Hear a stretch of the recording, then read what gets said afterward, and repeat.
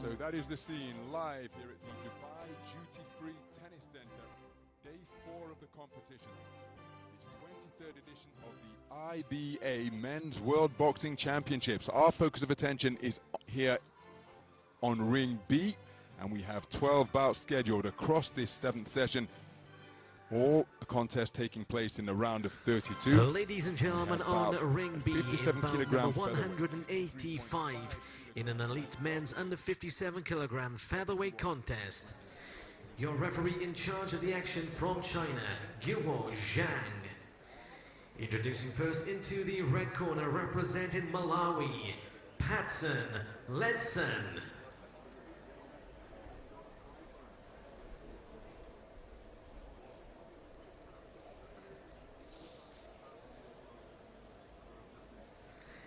And his opponent in the blue corner, representing Russia, Andrei, PEGLIVANIAN. Your judges are as follows: from Spain, Algeria, Zimbabwe, Kingdom of Saudi Arabia, Azerbaijan.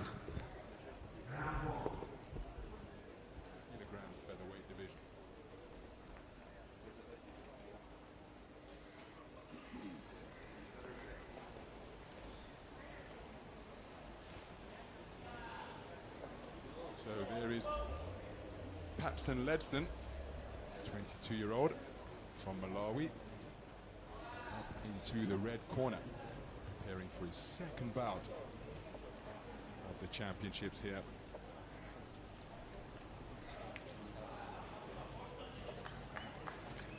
His opponent, Andrei PEGLIVANIAN from Russia, 21 years of age.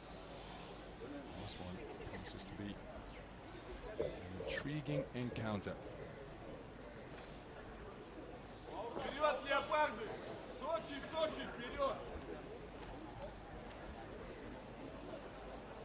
So it's actually the first bout for Patson Ledson, but there was only one bout in a round of 64 as both men make their way to center ring for the final instructions.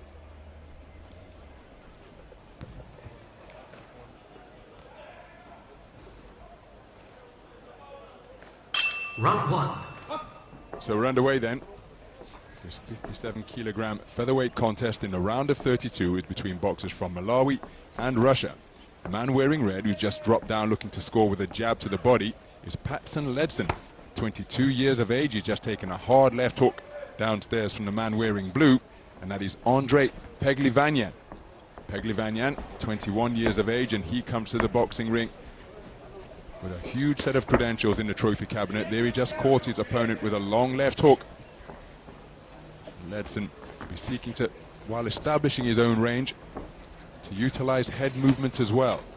A solid left jab from PEGLIVANIAN, who's beginning to walk his man down now. Looking to respond and hold his ground momentarily was Ledson. Ledson, the 2023 National Championship gold medalist at 57 kilograms featherweight. He's just being touched up on a chin that's rather unprotected through this passage of the round. Another good left hand to the body causes Ledson to tighten up his forearm against his torso. As for PEGLIVANIAN, 2022 European under-22 gold medalist at 54 kilograms. A couple of years before, he took junior gold in the edition in Sofia. Earlier this year, took multi-nations gold in Yerevan in Armenia. So, oh, that's a nice right hand, twice in quick succession. It's disrupted the boxing stance of Ledson, who is hooking away to try and get himself out of trouble, but he's finding himself pinned against the ropes. And again, the combination continues. It disrupts the boxing stance of Ledson, and the referee intervening to issue a standing 8 count.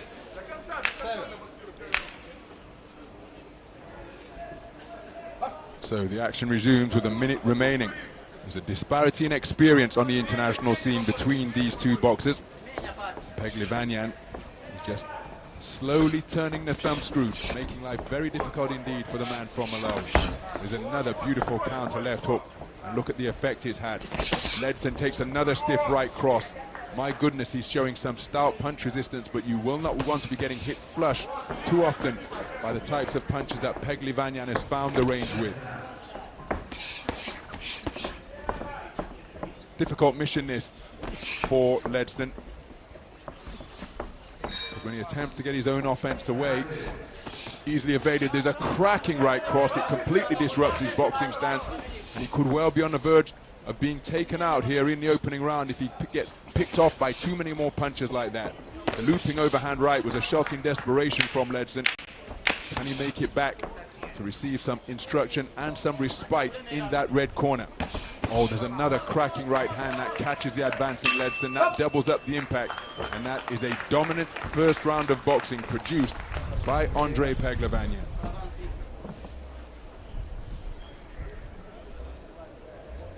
Some of the action from the opening round. Repeated success with the backhand, spearing in that right cross and catching his man with it at a high clip. One standing count issued against Patson Ledson.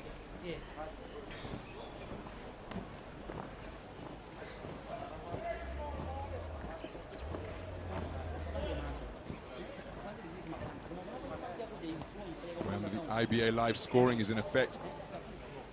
10-8 across the board. That's not because of the standing count, but the sheer dominance that PEGLIVANIAN was able to demonstrate over the course of the first 3 minutes.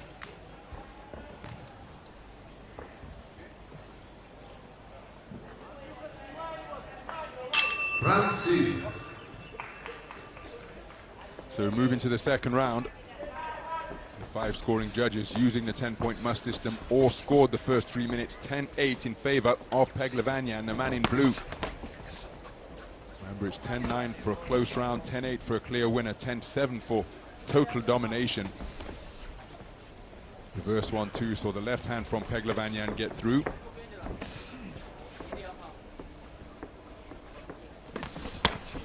Right hand over the top again brings about the second standing count. And I'm not sure that Ledson is going to be allowed to continue here. No, the referee has seen enough and has brought a premature stoppage to, or a premature halt to the proceedings. The gap in experience was apparent from the opening round, and Andrei PEGLIVANIAN wasted no time producing a very efficient display to take his man out of there with a second round stoppage. Never loading up on his work, never rushing, just taking the opportunities that were presented to him, demonstrating his ringcraft and experience. And that is how he has stopped his man in the second round to go through to the round of 16. Wonderful to see that respect between the two. On ring B, your referee calls stop to the action during round number 2 for your winner. Representing Russia in the blue corner, Andrei PEGLIVANIAN. So Andrei PEGLIVANIAN, a second round stoppage winner over former national champion of Malawi, Patson Ledson, who will have gained valuable experience here on the global stage. The man from Russia who goes through to the round of 16.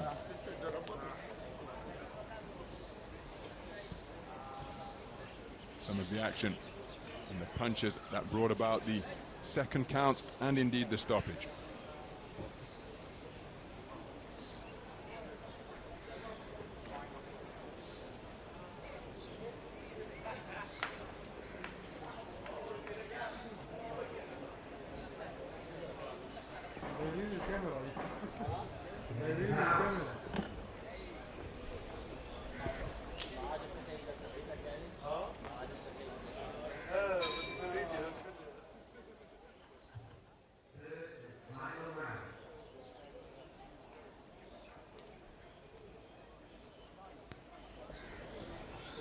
Ladies and gentlemen, on ring B, we now enter the 186 contest in the elite men's under 57 kilogram featherweight division. Introducing first the referee from Iraq, Mohammed Al-Sadi. Please welcome your first boxer into the red corner representing Albania, Ardit Murja.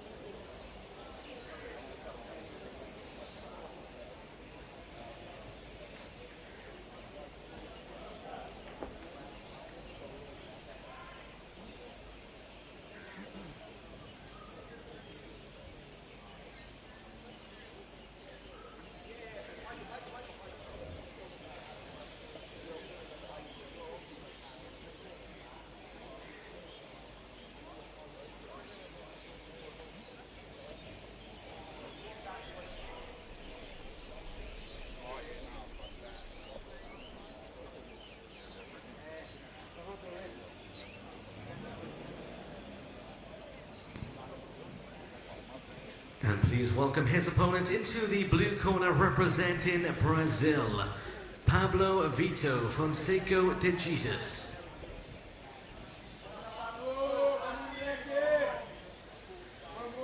Your 5 judges are as follows: Kazakhstan, Zimbabwe, Turkmenistan, Cuba, and Croatia.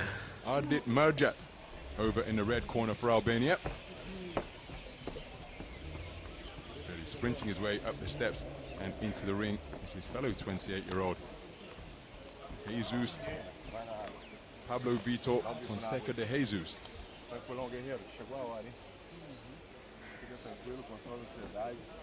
Faça o jogo. Vamos pontuar ele, tá? Vamos pontuar ele, tá? Pega a distância. Sai de pontuar ele, tá bom? Bate também.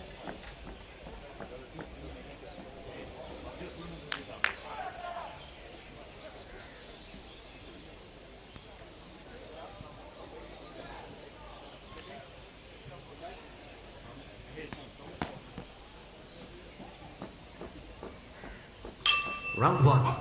This is 57-kilogram featherweight action in the round of 32 between boxers from Albania and Brazil. The boxer wearing red is Ardit Murja, 28 years of age, part of a 4-strong Albanian boxing team. Brings plenty of professional experience to the boxing ring,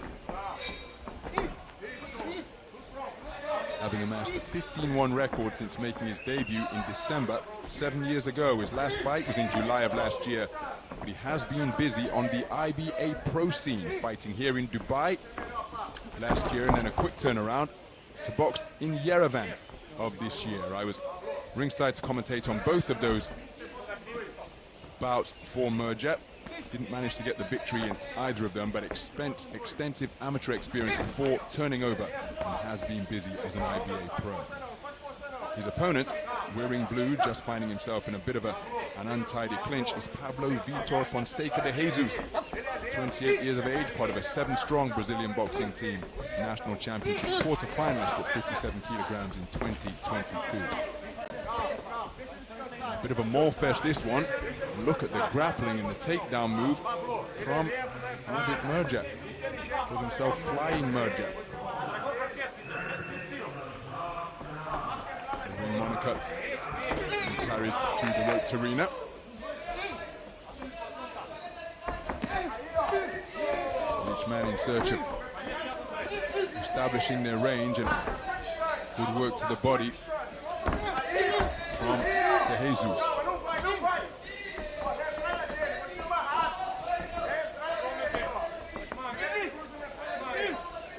Nice movement of the head from Murja. He's walked his man back toward the corner, but he showed good footwork to get himself out of that position of confinement. But he's taken up residence near the other corner. So, battle of counter punches, this one. Good reverse 1-2, left hand to the body, followed by 2 successful right crosses upstairs. Stiff and straight from Fonseca de Jesus. And another takedown move. My goodness, once they get inside of long range or being on the edge of range, it's incredibly physical and untidy on the inside.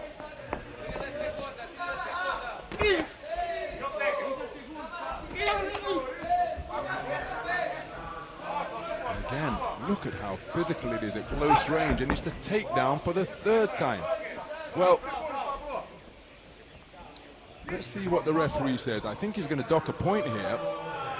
Excessive holding, roughhouse tactics, and a point deducted from the score total of Ardit Murja. So that will be taken into account at the end. And again, on the resumption, they find themselves back in the same posture once again.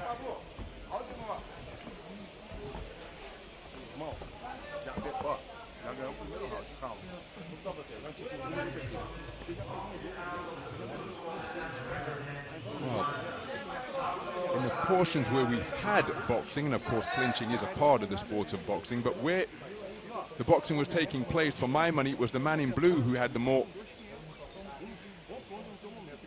success with his pot shotting, punctuating the brief burst of boxing shot selections that we witnessed. Well, that was the contest in microcosm for me, because it was just getting the better of it when they were at short or long or mid-range. Was Fonseca de Jesus. He's taken it unanimously and a point deducted from Ardit Murja for excessive holding and roughhouse tactics. Round 2. So moving to the second round, Ardit Murja brings extensive professional experience to the boxing ring. All 15 of his wins have been in his homeland of Albania. One loss was on the road, and again, look at this. Well, he's walking something of a tightrope here. Fonseca de Jesus has proven to be effective at long range, but once he gets anything other than that, he scores with another pecking, poking right cross. But the work on the inside from both of the boxers, well, it's been negligible, and instead we've had more fests on the inside. But when he's able to use the space of the ring and extend his long arms, but again, look at that. As soon as the boxers come together in anything other than long-range boxing, well, it's a game of twister up there in the ring. Minute gone in the second round, and Murja, well, the onus is on him to try and make an adjustment. And again, I think Fonseca de Jesus, 6 of one, half a dozen of the other for my money. Because look at that, he missed on long range, and then the left hand went around the rear of Ardit Murja's neck. So the referee has his hands full here, trying to keep control of this one.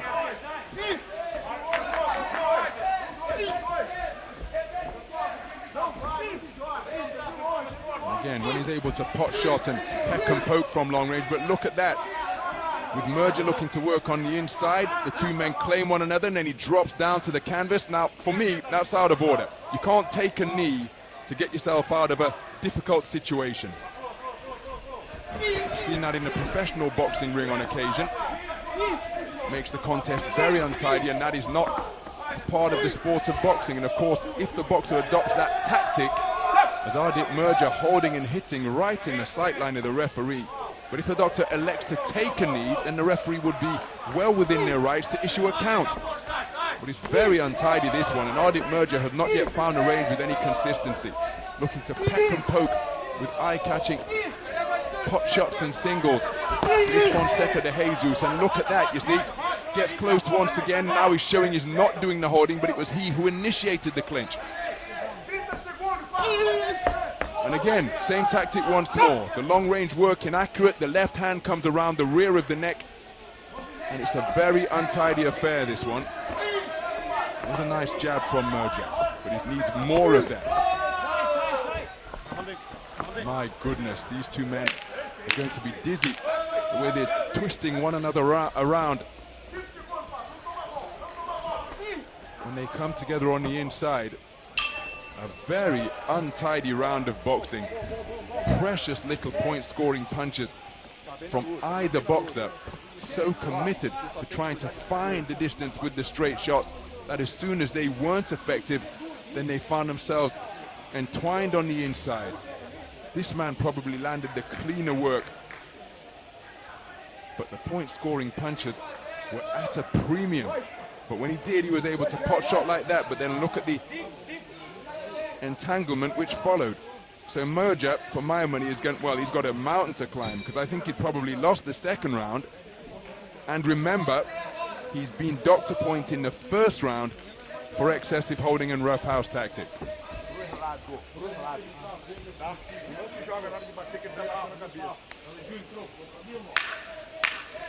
Seconds out. Second round scored unanimously in favor of the man from Brazil. Your third and final round.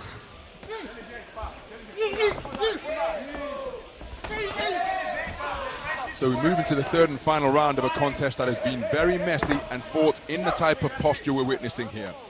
Each man keen to show the official that they're not the one doing the holding or keeping their head low. But my goodness, this is what the majority of the contest has been reduced to. Very untidy, very scrappy.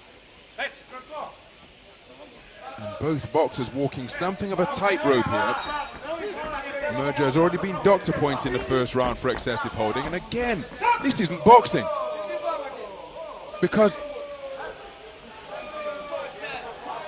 it's a second point deduction from Murja. He's got to keep his emotions in check. He's getting frustrated up there now. The style's not gelling at all. And again, there's nice work to the body and the shot upstairs. And now, Fonseca de Jesus can afford to enter bout management mode because he's taken the first 2 rounds unanimously. No, I'm sorry.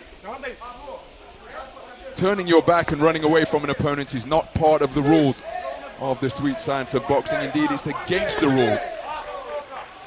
So providing he doesn't walk onto a finishing shot or combination, it's going to be Fonseca de Jesus going through to the round. There's a nice 2-shot combination in between the gloves from Fonseca de Jesus. And Ardit Murja, he's got a minute to find a finishing combination. Hasn't been able to establish his distance or range with any consistency. And this is as much boxing as we've witnessed during the course of this contest. Nice stab jab to the body from Fonseca de Jesus.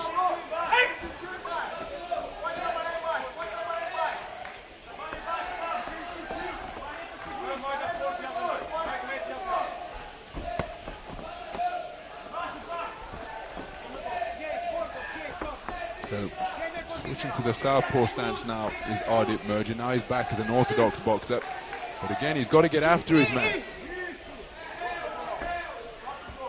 It's been an effective display from Fonseca de Jesus because again, look at the manner in which he's able to penetrate the defenses.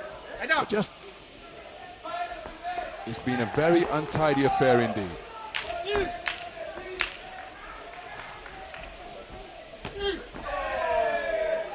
A bit of showboating, looking for the shot over the top rope. Fonseca de Jesus, and there's the bell, and it will be the man in blue going through to the round of 16.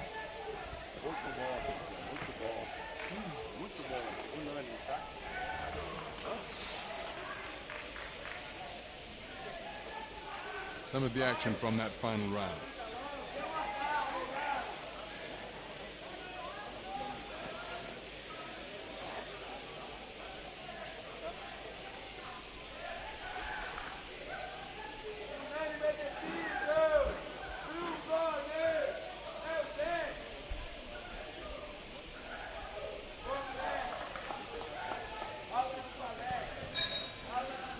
Ladies and gentlemen, on ring B, your winner by unanimous decision.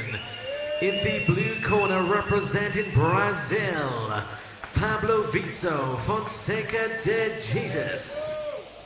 So Pablo Vitor Fonseca de Jesus, a unanimous points decision victory. And just look at how wide those scorecards are.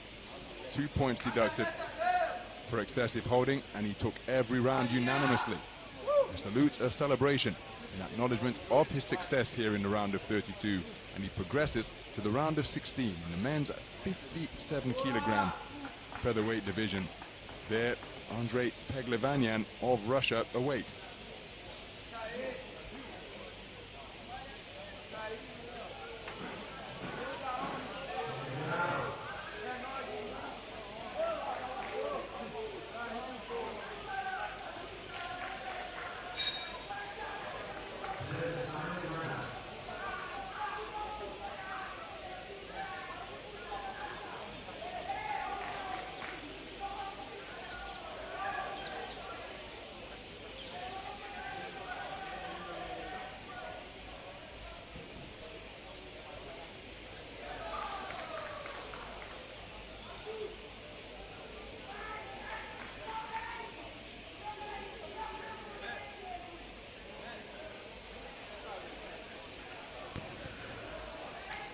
Ladies and gentlemen, on ring B, we enter the 187th contest in the elite men's under 57 kilogram featherweight division. Your referee in charge of the action from Turkmenistan, Ishanguli Meret Niyazov. Introducing first into the red corner representing Kenya, Paul Omondi Onguku.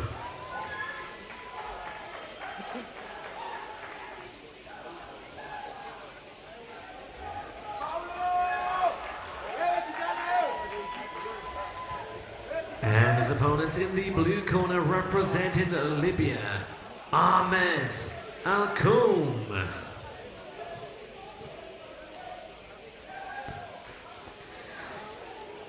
Your judges at ringside are from Serbia, China, Algeria, Azerbaijan, and the Kingdom of Saudi Arabia.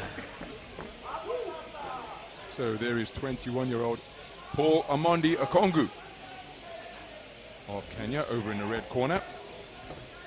His opponent is Ahmed Alkoum, 23 years of age, from Libya.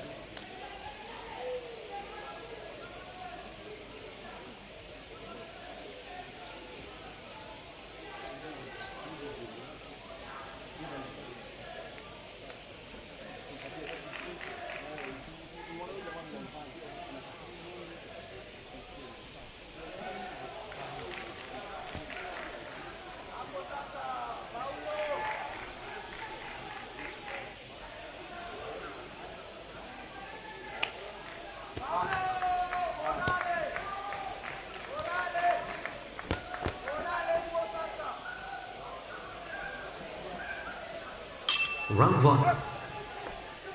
So we're in the 57-kilogram featherweight division, and this is action from the round of 32 between boxers from Kenya and Libya. The boxer wearing red, operating out of the orthodox stance, is Paul Omondi Onguku, 21 years of age, part of a 13-strong, full-size Kenyan hit squad boxing team. His opponent, wearing blue, operating out of the southpaw stance, is 23-year-old Ahmed Alkoum from Libya, the 2023 African Championships quarter-finalist. Prevented from reaching the medal podium by Fraser Mujinga of DR Congo.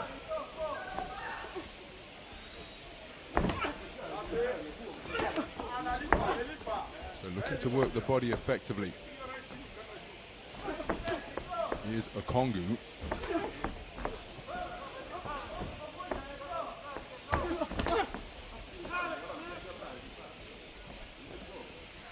The boxer just feinting on the edge of range. Again, reaching for that right cross downstairs, but not quite taking his feet with him. Here's Onguku, but he's getting closer, and there he turned a right hook into the torso, only to be countered by a left cross to the body.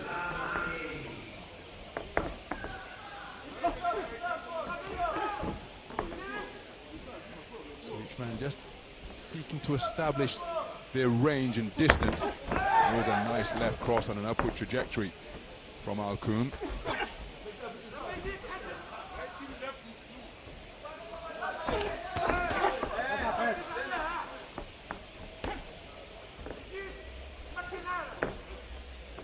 So the jab, the rangefinder of the ring, but Alkoum flicking out that southpaw right jab from way out of distance.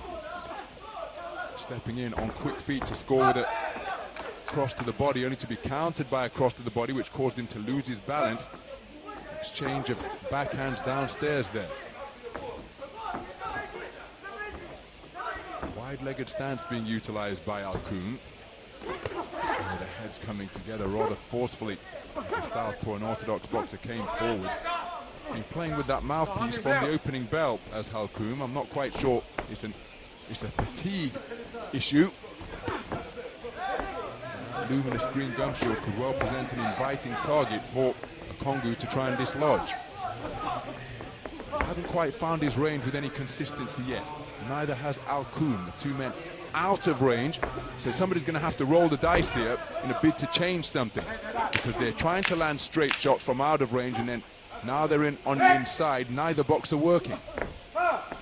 So a lot of opportunities, a lot of time elapsing with more motion than action.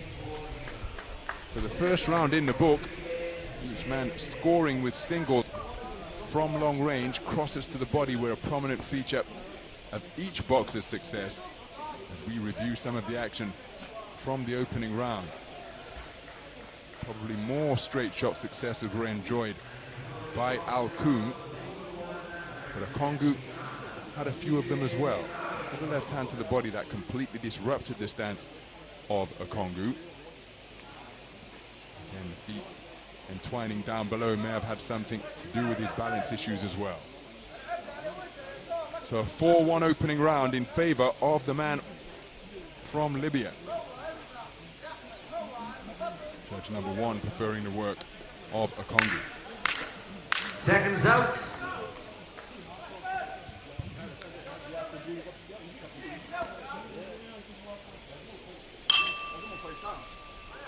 Round 2.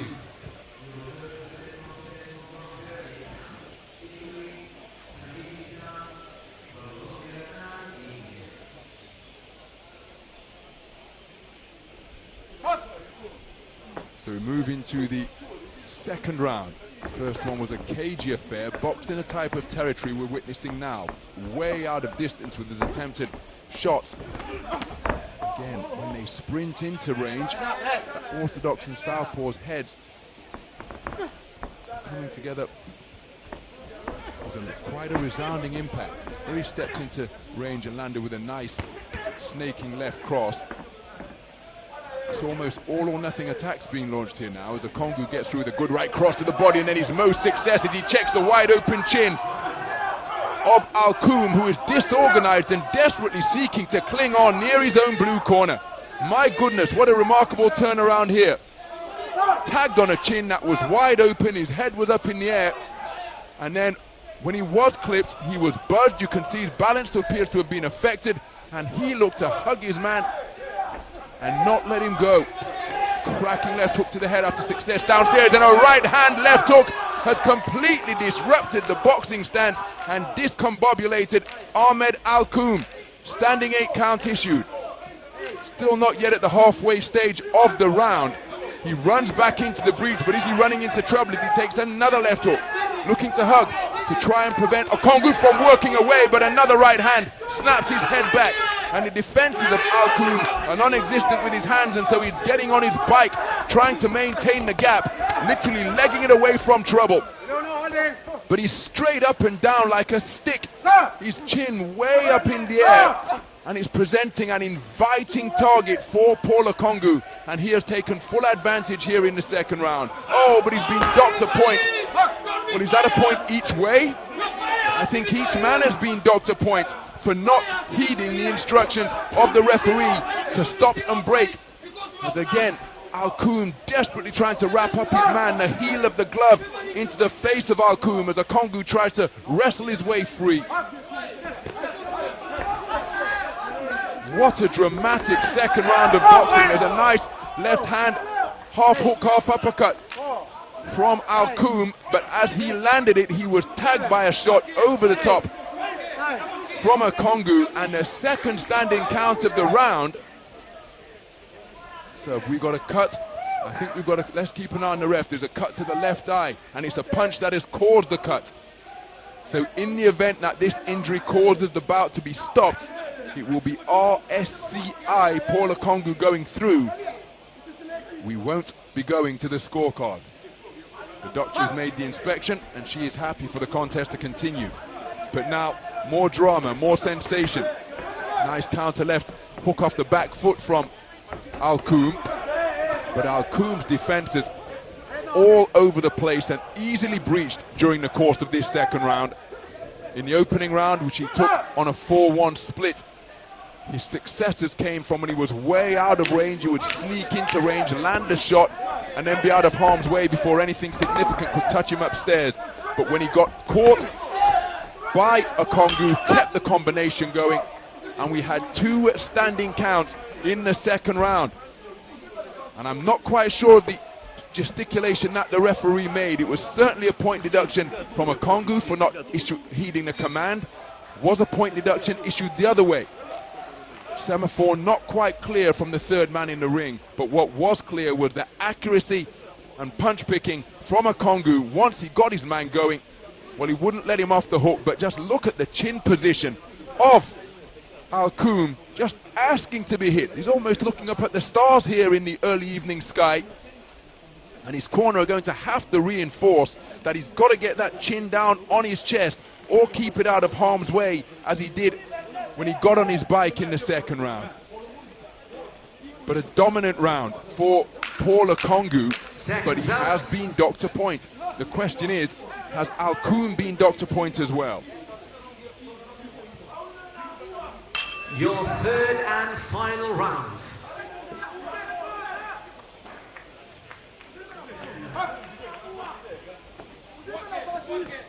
So we move into the third and final round. That's a nice two-shot combination at the start of the stanza by Alkoum. Certainly knows how to put his punches together. But the corner men and his coaches are going to have to work on the defensive side of the sport. Possesses good reflexes. Certainly got the engine to compete on IBA 3-round tournaments. Wasn't too far away with the backhand. He conceded the second round unanimously by 10-8 margins. But again, we've got a little bit of paraphernalia into the ring. The bag that is hung on the neutral corner post just was blown in by a breeze. It's been removed. So everybody up in the ring, I don't think they were any the wiser, thankfully. They certainly weren't impeded by that foreign object in the ring. Nice left cross through the defenses of Onguku from Alkoum. Strong right cross to the body from Onguku. Started boxing in 2018, did Onguku, from the Kibra Youth Boxing Initiative. Said that before he found the sport, he was engaged in some pretty negative behavior. Said he was in danger of falling into just the wrong crowd and wrong sorts of activities of street life, but he said that boxing now dominates his thoughts. He's trying to retain a balance between school and boxing, and here he is representing the Kenyan hit squad on the global stage. The reason he turned to boxing in the first place because he said he was having issues with neighborhood bullies. But the manner in which he can let his hands go in this 57-kilogram weight class, I'm sure they think twice before stepping to him now. But out there in the boxing ring, it's been a better third round for Alkoum, in the sense that Onguku hasn't been able to find his chin with the sort of heavy artillery he was unloading in the second round.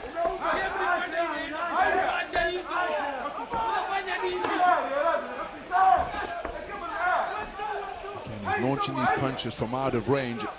Onguku, remember, the contest is not in the bag, and he hasn't sought to assert his dominance. It's almost as though he's entering bout management mode here, and I think that is a very risky tactic indeed,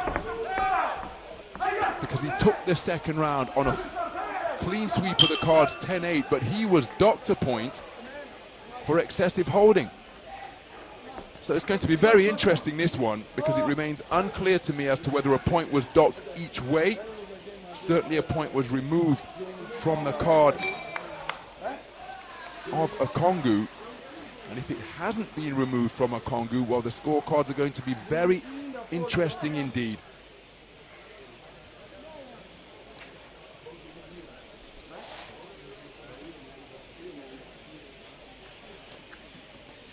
Didn't seek to press his advantage in the third and final round after he enjoyed a storming second stanza, Paul Onguku. So, well, which way do you score the third? This is going to be a really interesting verdict to determine who is going through to the round of 16. And I just wonder, has Onguku let the opportunity slip by not seeking to press his advantage after he dominated the second round of boxing? And again, when the scores take this long to be evaluated, we going to bout review? Are we entering the realm of countback, which is effectively opinion? My goodness, nervous moments for both of the boxers now. Let's get the official particulars.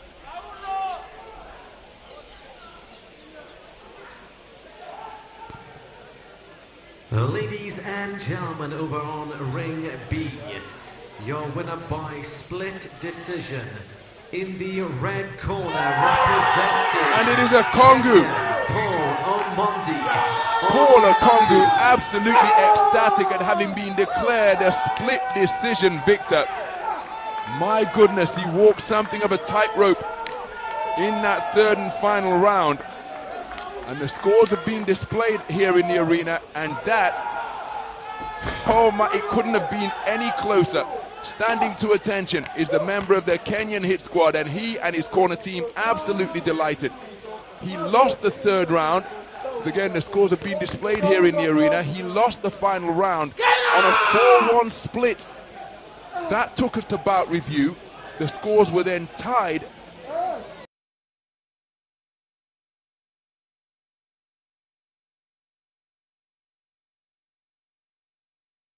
That's how tight it was, and the bout review system pushed to its absolute limit, and it came down to preference, and the preference of the external observer was that the red boxer, Paul Kongu from the Kenyan hit squad, was the better man. And there was the moment of confirmation, and just look at what victory means and the contrast between the two upon that announcement.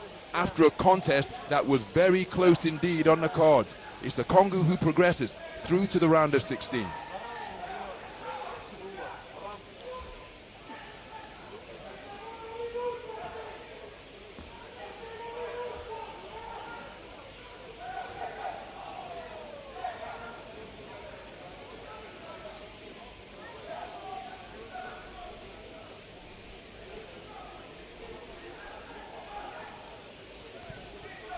Ladies and gentlemen, on ring B, we now move to bout 188 in the elite men's under 57 kilogram featherweight division.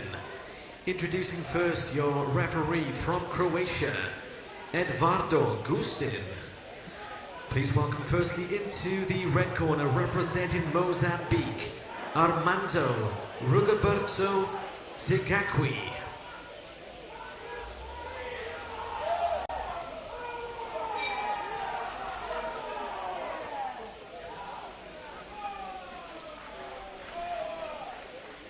And his opponents in the blue corner, representing Australia, Ahmad, Serat, Jamal.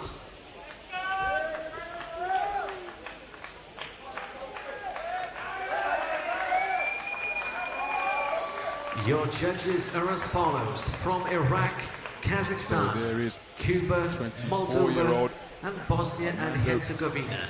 Sigauque of Mozambique over to the red corner.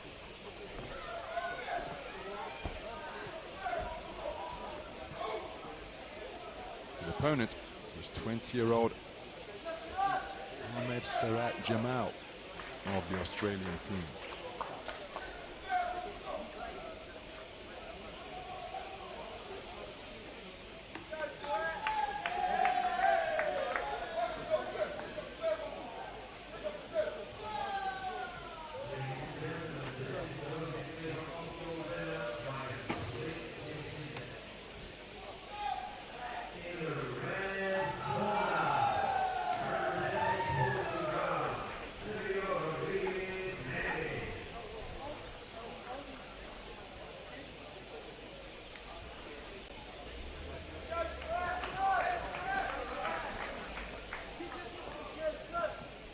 Round one.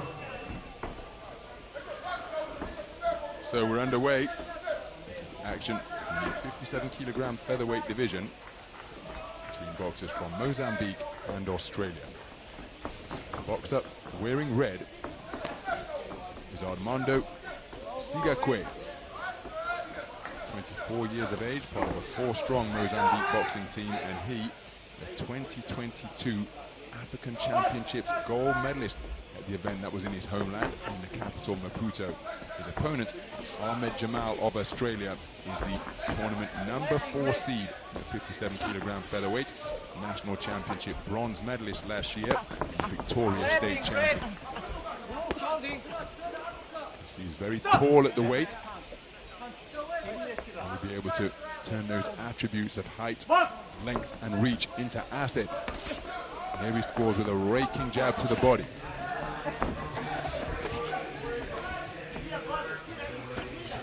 So looking to keep himself out of the clinch is Sigauque. Pressing his way forwards on quick feet. Sigauque. So just trading misses through this passage of the round.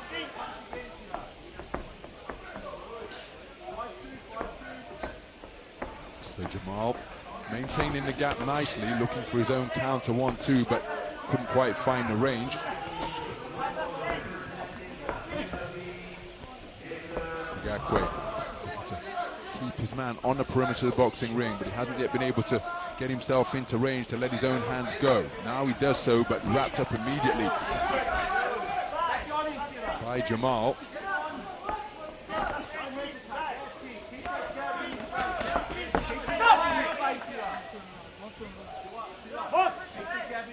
So Sigauque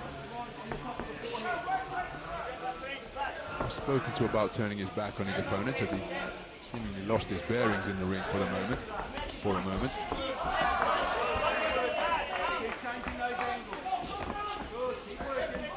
And he's having real difficulty closing the gap.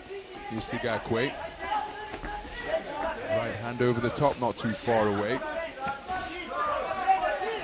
Hasn't stopped moving.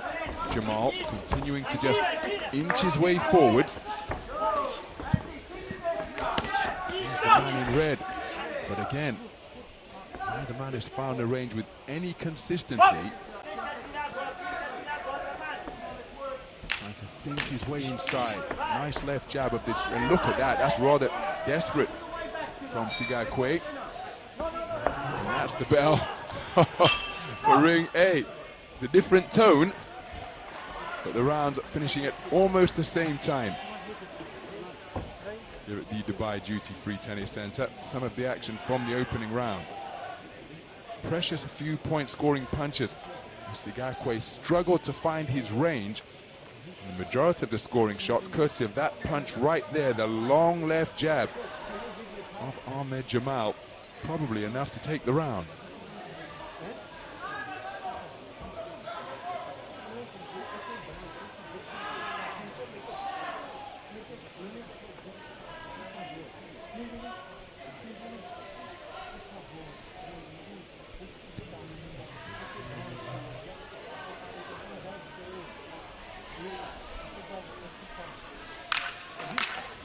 Seconds out. I think it's a clean sweep of the cards for Jamal. 10-9 scores from all 5 scoring judges. Round 2. So we move into the second round. And Armando Sigauque, who in addition to that continental gold in 2022, came away with all African Games silver at the most recent edition. That was in Accra in Ghana. Took place last year, a few months later than it was scheduled to take place in 2023. And now Sigauque did score with a good right cross to the body, and he's looking to get his let his hands go in combination fashion. Running out of the corner, and then with his back to his opponent, resulting in Sigauque landing a rabbit punch. And that's why the referee had to speak to both of them, because of course you shouldn't be landing or throwing rabbit punches, but then you shouldn't be turning your back on your opponent either. So you've got to come with a 2 or 3 phase attack as Sigauque, because the movement of Jamal is such that he's dealing with the initial attack. There's a good bushel of punches to the body from Sigauque, and now surely he's got to be working away. When he's on the outside and he's out of punching range, when he gets inside, free the hands and let them go, because these are opportunities that are going begging. And when it's at long range, well, that is playing right into the wheelhouse of Jamal. Nice Left jab again, but he's got to come again, see, having been short with his initial phase of attack. And he seems to have got wired to that adaptation now, but never mind looking at the ref if you're Sigauque. You've got to let the hands go and get busy at short range.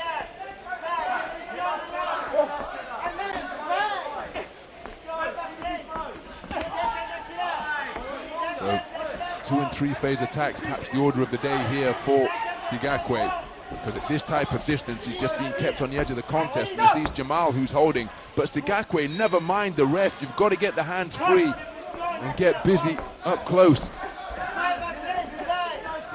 Glancing right hand to the body. Right hand not too far away. Oh dear me. Well, I think he's rather unfortunate there, because a point deduction off the card of Sigauque means that, well, his problems are mounting at a rapid rate. There's a good right hand over the top. You see, that's Jamal wrapping him up there.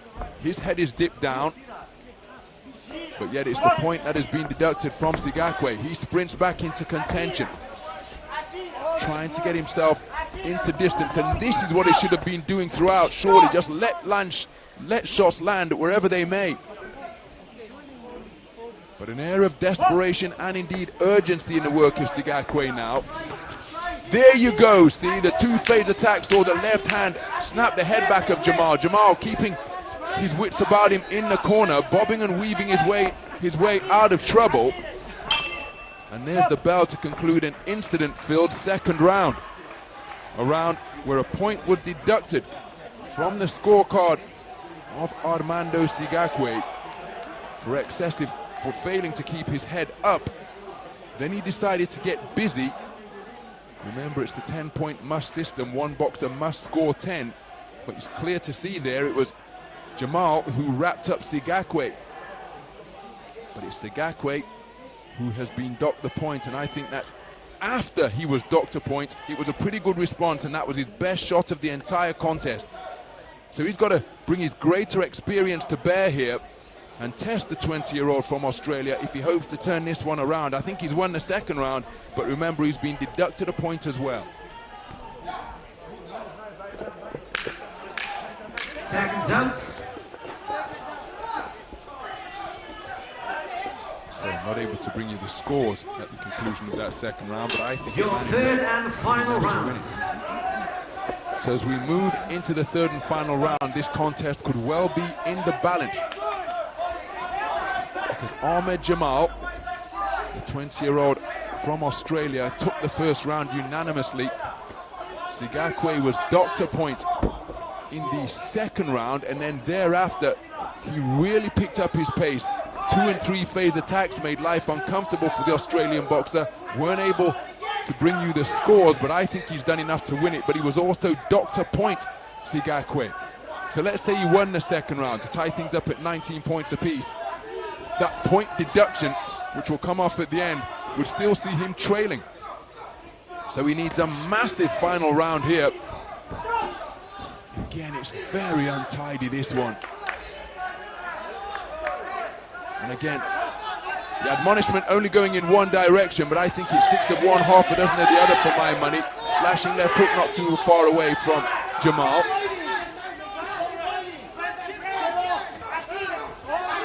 You see, that's Jamal looking to wrap his man up and get back to the space of center ring there, but Sigauque doing the right thing in terms of he's trying to increase his tempo and punch output, but he hasn't yet done so with any sustained accuracy.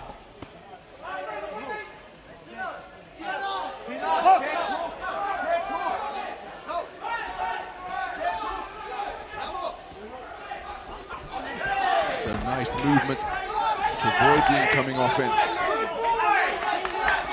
by the Australian boxer. Sigauque, good left hook to the body, but he's got to sustain the attack. There he lands with a right hand to the body. Pecking and poking is Jamal. Remember, a punch must land with sufficient force for it to be considered a scoring shot. You can't just tap away. And you see the excessive holding. Now he's been docked a point, so that evens things up in that regard. And now this contest is up for grabs, because I think the man in red won the second round. He was doctor points in the second. Jamal has been doctor points in the third, where each party has been guilty of that infringement for my money. So perhaps it has all come down to the actual boxing in the ring. And the point deductions will cancel one another out. So who can produce a moment of quality to catch the eye of the judges?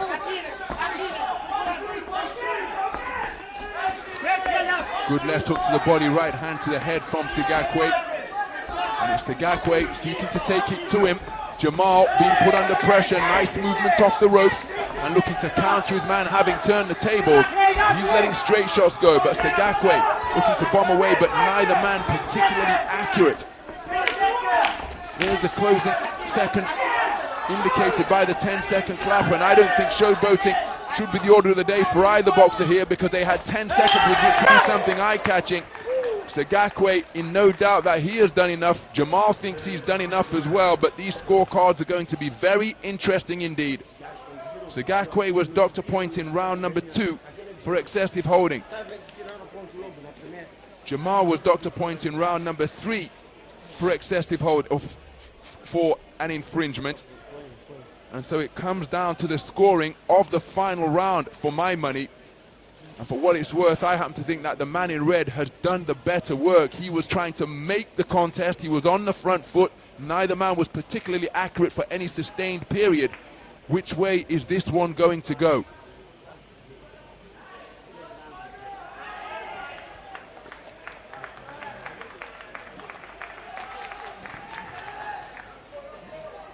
Ladies and gentlemen, on ring B, your winner by split decision. In the red corner, representing Mozambique. And there is the moment of confirmation. Rugoberto Sigauque. Armando Sigauque, a split decision winner at the end of an incident-filled affair against Ahmed Jamal of Australia. An incredibly difficult contest to score. Jamal on the back foot, looking to use his movement and his counters. The aggression coming from Sigauque. Point deducted from the man from Mozambique in the second. Point deducted from the man from Australia in the third, which meant that it effectively came down to a 3-minute shootout. And in that final round, the better work, the man looking to make the contest, was Sigauque. And he has been declared a split decision victor. And he has eliminated the tournament number 4 seed to go through to the round of 16. There, the man from Kenya, Paul Onguku, awaits.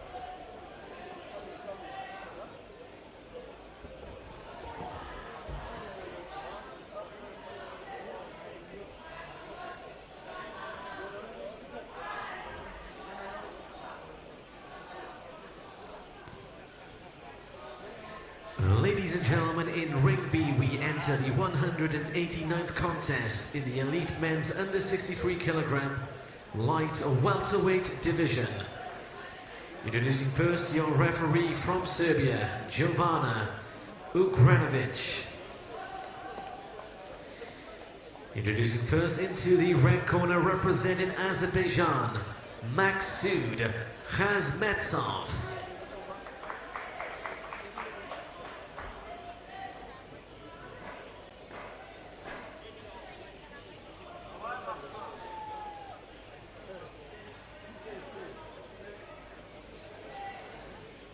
And his opponents in the blue corner, representing Rwanda, Pacifique Niyonzima.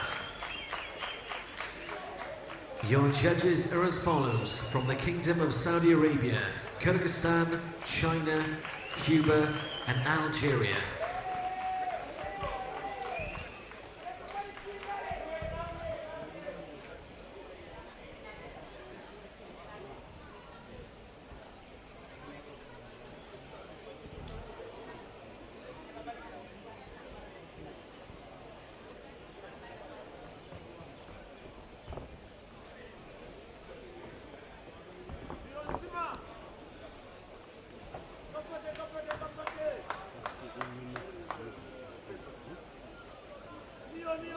So into the red corner, Maksud KHASMETOV from Azerbaijan.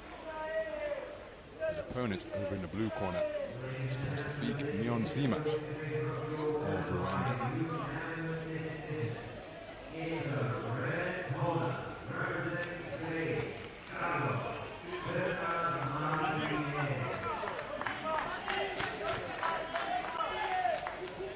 Round one. So we are in the men's 63.5 kilogram light welterweight division in this contest between boxers from Azerbaijan and Rwanda. The taller figure, slightly taller figure, wearing red, is Maksud KHASMETOV, 2024 national champion at 60 kilograms. And I first saw the European Under-22 Championships in 2021, that contest behind closed doors in Roseto degli Abruzzi in Italy. He's part of an 11-strong Azeri boxing team. The boxer wearing blue, just skitting around the perimeter of the boxing ring.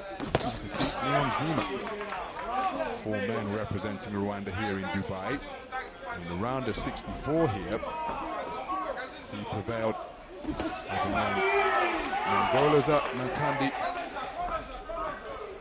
Nyongolaza Nantando Yankosi of Zimbabwe to progress through to the round of 32. And not too far away.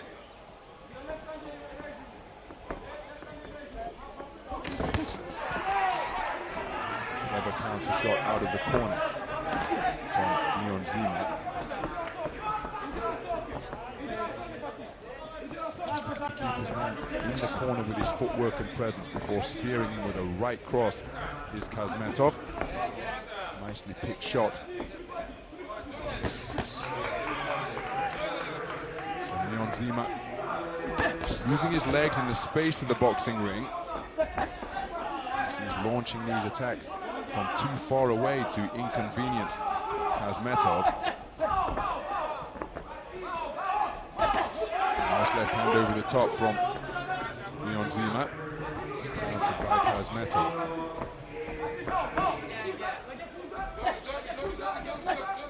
So he's continuing to demonstrate good use of the legs, Niyonzima. KHASMETOV, he's got to ensure that he doesn't follow him around the boxing ring. There he got closer in a cracking left hook. Snapped the man from Rwanda's head back. Rather flailing with his 1-2 attempt. Right uppercut underneath. And he's picking up the tempo now, is KHASMETOV. He will sense that he can get his man going. As he's really putting leverage onto his shots. Warned for punching incorrectly with the inside of the glove, KHASMETOV.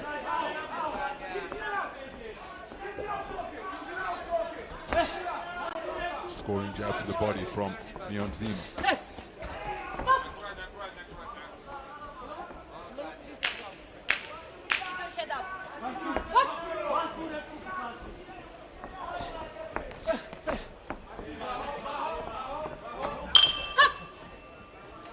So the first round complete. I think it's this man's presence and pressure that will be enough for him to take the round.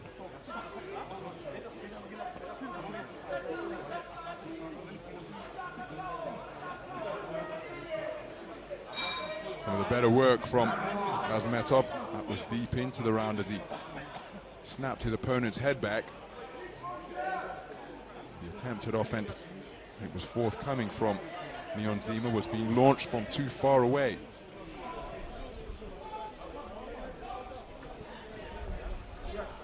So there's a clean sweep of the cards in favor of KHASMETOV. 10-9 scores returned for all 5 scoring judges. Seconds out.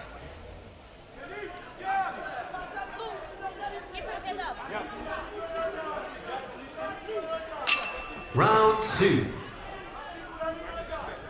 So we move into the second round. Maksud KHASMETOV took the first round unanimously. In the back foot boxing that Pacifique Niyonzima is trying to employ. This is his best punch of the entire contest. A wonderfully picked overhand right, and he's landed it twice in quick succession. So I was about to say in the first round he spent too long out of distance as he turned the right uppercut underneath. But these single pot shot successes have certainly got KHASMETOV's attention. He went in search of his get back. it was interesting because now he's back to the posture he adopted in the opening round. But when he held his feet, it was a left hook that was defended by the right glove of Niyonzima. But when he holds his feet like this, then he's enjoyed his best successes of the entire contest, rather than operating on the perimeter and outer edges of the boxing ring. When he held center ring, there once again. So very effective accuracy and rapid fire 1-2 has been slung in by Niyonzima in what has been an entirely different performance in the first half of this second round compared to the entirety of the 3-minute first round. Right hand success once more. Now he's up on his toes, but again it's notable that he's most effective in holding his feet and using his timing and reflexes to uncall shots. There's another right hand landed twice in quick succession. Feet tangled while he was seeking to escape from the blue corner, and that's a slip to the canvas rather than being called by a shot. Stop! Stop! Stop! Stop! You don't push down. What? So, skipping his way back into range is KHASMETOV. He's continuing to wait, and his counter-punching game may well favor Niyonzima. He's been a sharper operator in this second round. Again, Niyonzima looking to play counter-puncher out of the corner, but I have to re-emphasize, he's been most effective from the center of the boxing ring, and right on cue, he lands a cracking right cross, which disrupts the boxing stance and sends KHASMETOV to the canvas. Dramatic development here in the closing stages of this second round. Now, how badly hurt was KHASMETOV by that shot? Was it merely his balance that was disrupted?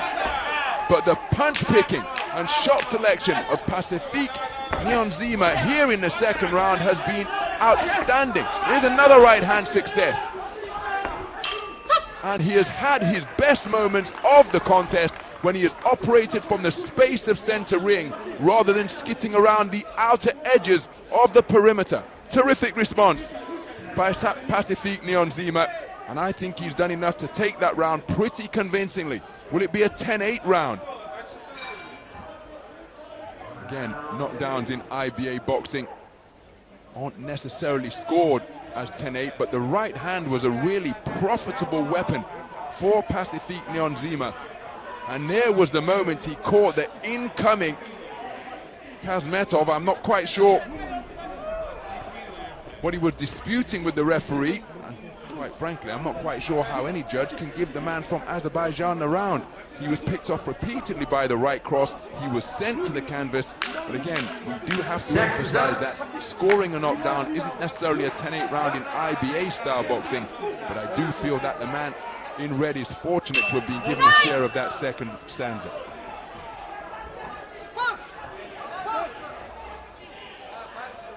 So too much moisture and petroleum jelly on the face of Niyonzima. Referee wants the excess removed.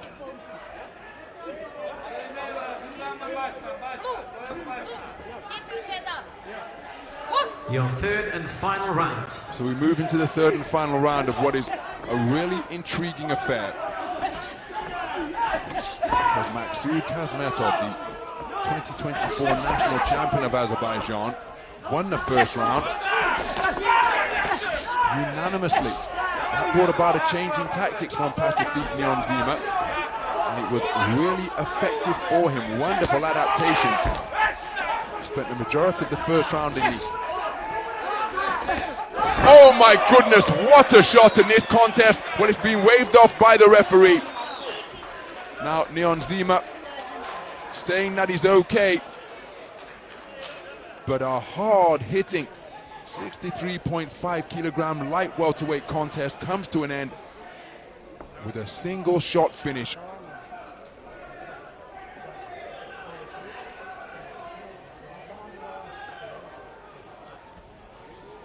So the doctor just carrying out evaluation of Niyonzima. He's back on his feet, but I can tell you from my ringside commentary position here that here that even though he made it back to his own corner under his own steam, he didn't quite appear to have full control of his legs. Just appeared a little off balance as he attempted to jog back to the blue corner. So the evaluation continuing, and the doctor is satisfied that Niyonzima is okay.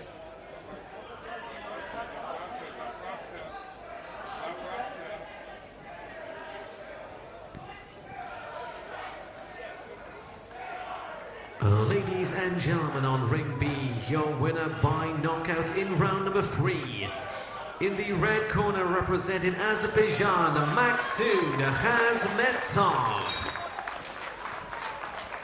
So Maksud KHASMETOV of Azerbaijan, a third round knockout winner, turning the tables dramatically and decisively in his favor in a contest that was in the balance after he took the first round unanimously, was knocked to the canvas in the second to lose it on a 4-1 split, and then he ended things in the most efficient manner possible with a devastating overhand right that crumpled Niyonzima to the canvas, and the referee waved it off immediately. But there was the second round knockdown scored by Niyonzima. Timing in effect from both boxers, as they were both looking to land at the same time, and it was KHASMETOV who got there first, bringing about an end to this contest in the third round. He goes through to the round of 16.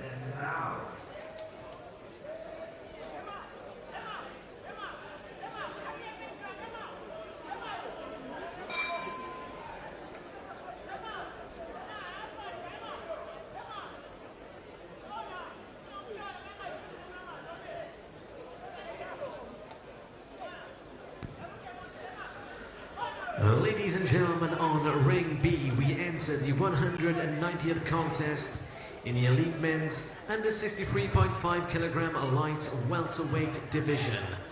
Introducing first your referee from the Kingdom of Saudi Arabia, Saleh Abal Khail. Please welcome firstly into the red corner, representing Moldova, Vladislav Vaskovskyi.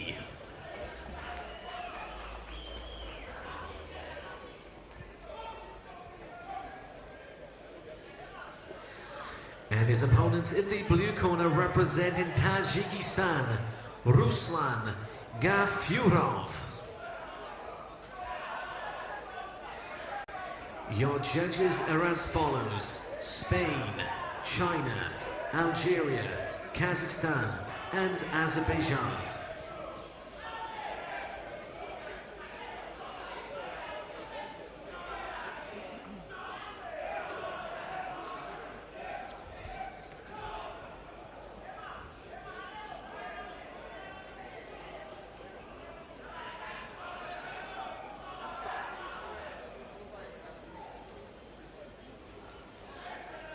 So there is 22-year-old Vladislav Vaskovskyi of Moldova.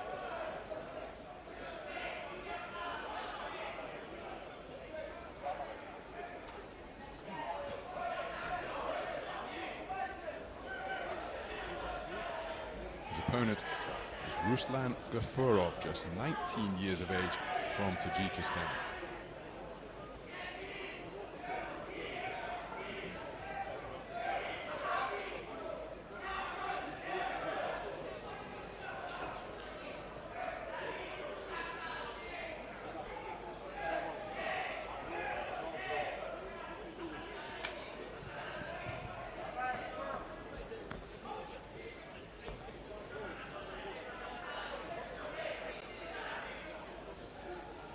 Round one.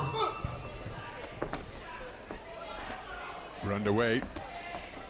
63.5 kilogram light welterweight division, a contest between boxers from Moldova and Tajikistan.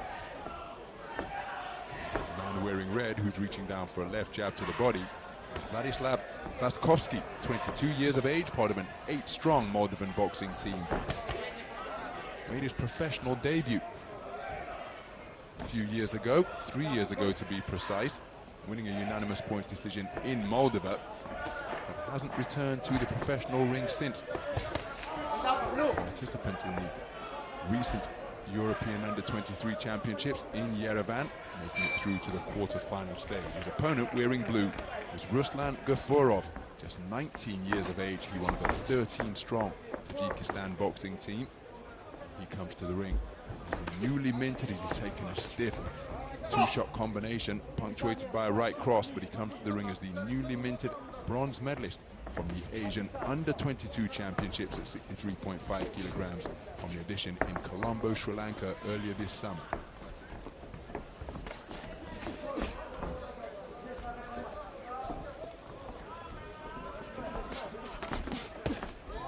Counter left hand not too far away from Gafurov. Left hook to the body may have been a little bit low from Vaskovskyi.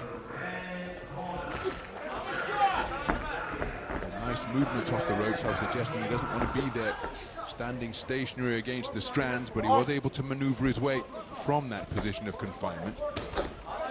Counter right hand of the Czech variety is a clever shot from Vaskovskyi, looking to move his head and weave his way inside. Here's Gafurov, just touched up by a couple of scoring punches. Oh, that's a cracking left hand. He was southpaw when he landed it twice in quick succession, Vaskovskyi. Changed, oh my goodness, that is blatant. Referee had issued a command of stop, and Gafurov just helped himself to a left hook to the body. On the resumption, it's a right hand over the top, followed by a corkscrew left, and then right cross downstairs from Vaskovskyi. Straight shots being exchanged. Both men with their heads rather high in the air while going in search of their own offense. So the chin, a little bit of an open target.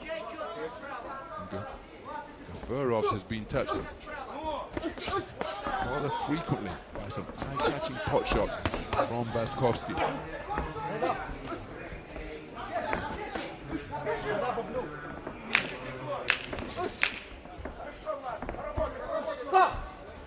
Roughhouse tactics on the inside being employed by Gafurov, showing that he's not going to be out-muscled.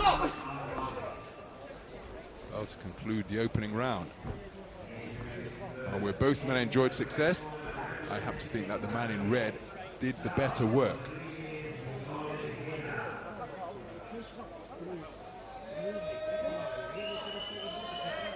Well, there's an example of the manner in which the rather open chin was tagged by Vaskovskyi.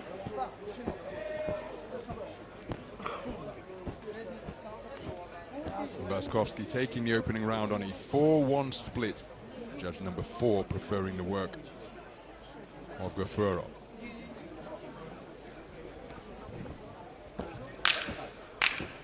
Seconds out.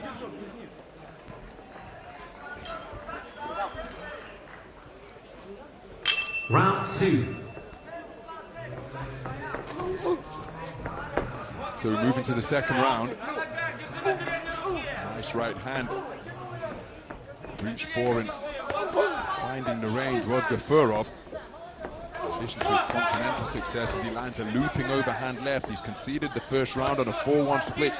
And look at him respond by picking up the pace and his punch output. But look at that combination punching to both head and body from Vaskovskyi. Wonderful right hand from Vaskovskyi, while Gafurov is looking to load up with a left hook. There's a good shot shoveled into the midsection, then left hook, and then left hook success upstairs. Another right hand from Vaskovskyi just catches Gafurov. Possesses good variety, fantastic repertoire of shots to choose from, and the timing and distance control to find a home for his punches. But oftentimes when letting them go, it's as though he's disregarding the fact that he may be countered as a man landing straight shots at the same time. Gafurov continuing to press.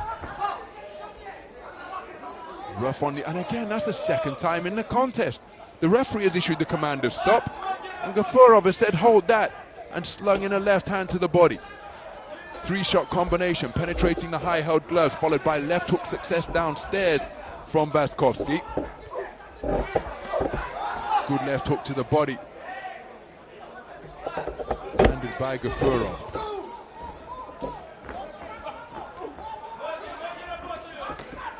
Beautiful burst of punches to the belt line from Vaskovskyi. Heads and shoulders going in from Gafurov in a bid to get the man off him. But it's a very clever display this from Vaskovskyi, because he's picking the spots in which to punch, and that was a wonderful left hook off the back foot. And despite all the fire and fury that is coming from the front foot pressure of Gafurov, keeping his cool under fire and just picking his spots with punches such as that is Vaskovskyi. Very clever display. Make no mistake, there are exchanges, but I think the man getting the better of the exchanges is Vaskovskyi. Left-right combination once again. But you have to credit the response of Gafurov. His corner would have given him different tactics, but look at the way his head's going backwards there once again, just being touched by the straight punches of Vaskovskyi. He's tried to change the tactics. He's had more success in this round for my money, but he's been met, matched and raised by Vaskovskyi. Untidy on the inside as each man tries to free their hands. Doing so perhaps more effectively was Vaskovskyi. And there's the bell to conclude the second. Terrific round of boxing. And I think the man in red did the better work. He took the first round on a 4-1 split. Ruslan Gafurov responding magnificently. Had more successes in the second round, but did he have enough successes to tilt what was a competitive affair in his favor?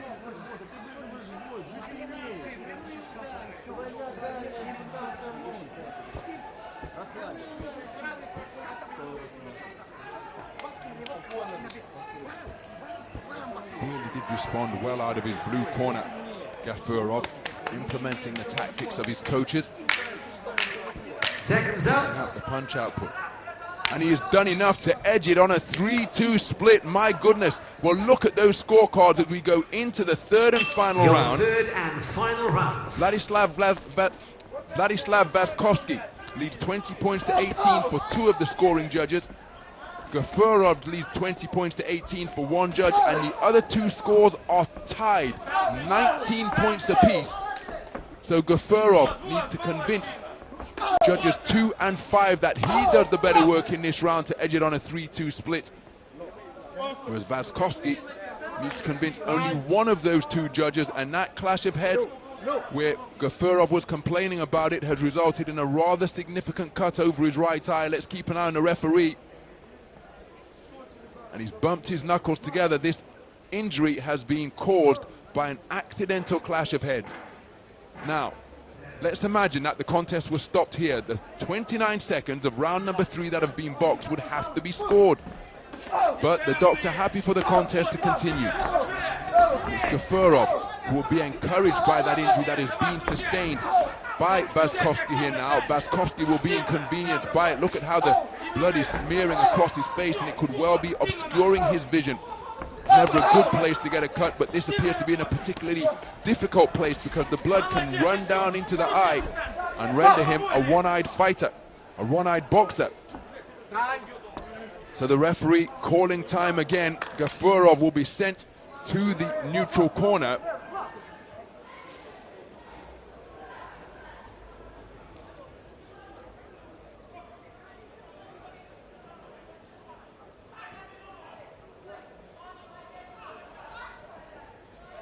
Well, the contest is over.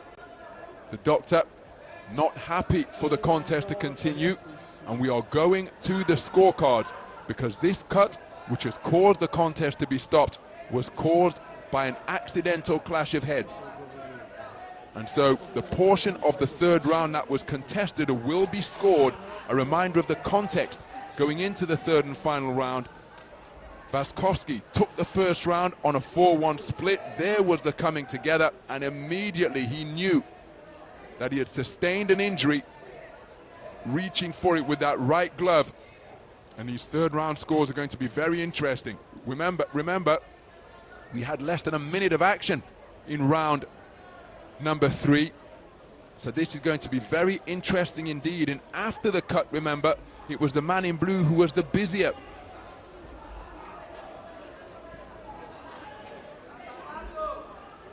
So we had 2 scores of 2018 for Vaskovskyi, 1 score of 2018 for Gafurov, 2 scores of 19 points apiece. And in the third and final round, which was incident-filled because of a clash of heads and an accidental clash of heads and a cut, on the first resumption, it was the man in blue, encouraged by the injury sustained by his opponent, who was the busier boxer. Very, very difficult position this. I've seen this happen in the first round of a contest. In Belgrade 2021, if memory serves, Asal Roniel Iglesias was eliminated against one of the Hashesh brothers. Heads came together, cut was opened up, and a minuscule time of the contest had been completed, and the scores had to be determined. What's going to happen here? Remember, if it's 3-2, we're going to bout review.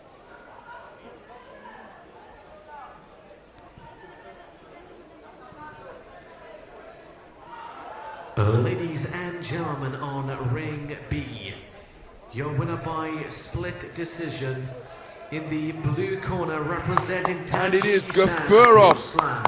Ruslan Gafurov overturning a 4-1 deficit in the first round.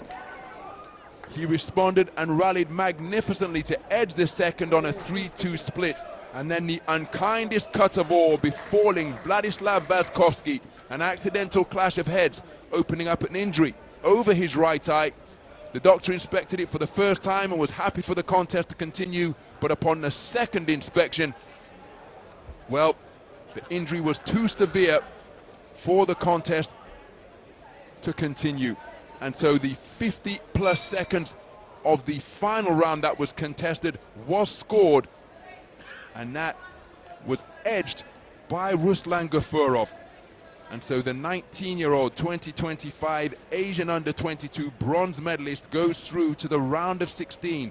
Have to feel bitter, or one suspects feeling bitter disappointment is Gafurov, because it is injury that has impeded his ability to compete and the potential to progress here.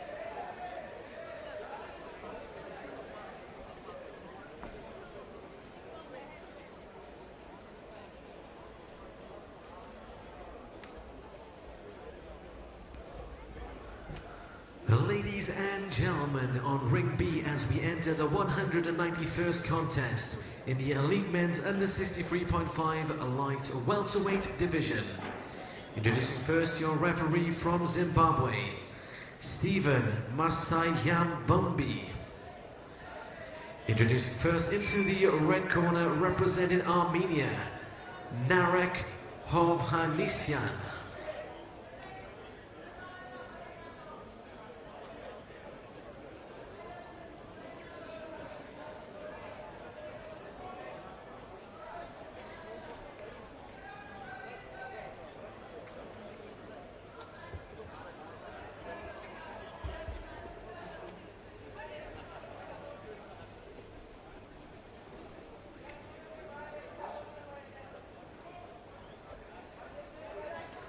And his opponents in the blue corner representing IBN-IND, Shubham.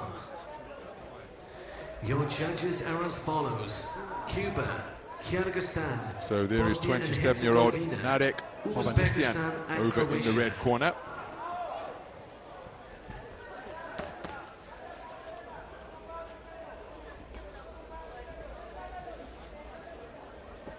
His opponent listed as Shubham, Kapil Shubham is the name he goes by on a day-to-day basis, but that is how he's been registered here. 19 years of age over in that blue corner.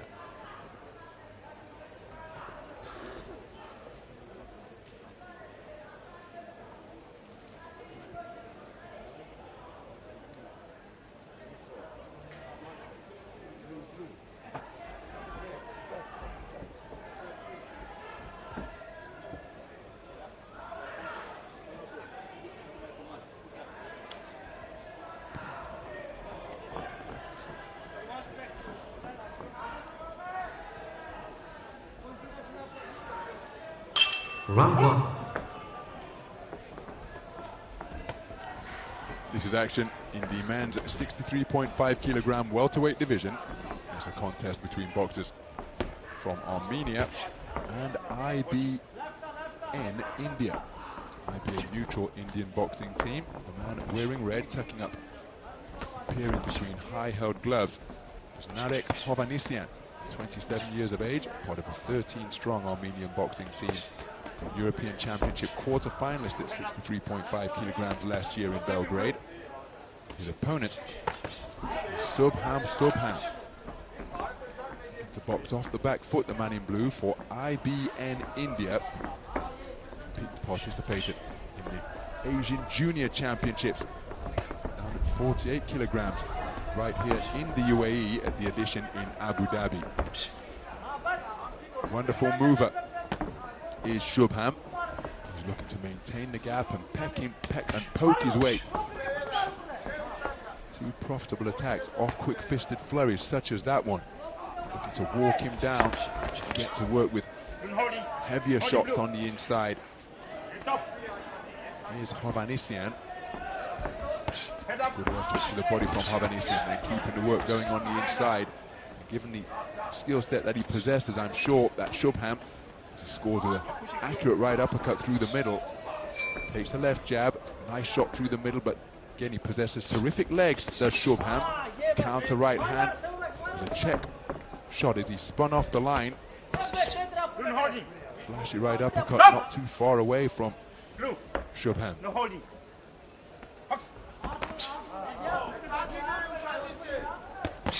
Nice left hook to the body from the man in blue.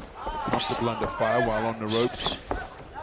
Fantastic head movement to avoid the incoming offense from Hovhannisyan. Hovhannisyan, intelligent in his attacks because he's targeting the body in a bid to slow down this fleet-footed teenager. Got the ability to move both clockwise and counterclockwise. There's another low blow. Well, he shouldn't be telling the opponent that because he's going to continue to target that area. And that was indeed a shot below the belt, but it was on the blind side of the referee. And I'm not suggesting it's intentional from Hovhannisyan, but if a shot strays low in the flurry of an attack, well, he's going to just let it land where it may. If he senses that his opponent is troubled by that, because turning his back and almost running away atop those quick-fire feet is Shubham. Nice change of angles from Shubham, but I think that work to the body has perhaps just tilted this round in favor of Hovhannisyan. Terrific athleticism and shot selection demonstrated by Shubham, but Hovhannisyan was able to get closer and work away downstairs. Some of the shots were indeed low, but that is almost presenting a tell. Referee didn't see it. That's what he's there for, to keep control. But by tapping the belt line, that's just going to be registered in the mind of the man throwing the punches that are borderline. Say, okay, well, I found a potential vulnerability here. Let me keep probing that area. So I think the man in red has done enough, but there's an example of the angles that Shubham was able to create. Very skillful individual. I think he conceded the first round. And he's conceded it on a 4-1 split. Judge number 3 preferring the work of Shubham. Round 2. So we move into the second round. Hovhannisyan was competing in making it through to the quarter-final stage of the Continental event last year. He's a man I first saw back in 2016. I was ringside in St. Petersburg to commentate on the World Youth Championships. Participated in that event down at 60 kilograms. Here he is on the global stage of the Senior Championships. 63.5 light welter. So forward behind a reverse 1-2 is Hovhannisyan. Nice jab to the body and then turned it into a hook, did Hovhannisyan, and he's getting the better of this exchange. There was success in the midst of it from Shubham. Wonderful right uppercut once again. It's a fantastic shot he possesses in his repertoire, but getting the better of that coming together was Hovhannisyan, working the body very effectively indeed, and now seeking to impose his man strength. Here's the 27-year-old just roughing up the teenager on the inside, shoving him back to the ropes. Left hook to the body from Shubham, followed by a jab. And he's pot-shotting very effectively. But Hovhannisyan keeping his cool and goes in search of his get-back. Good burst of punches to both head and body from Hovhannisyan.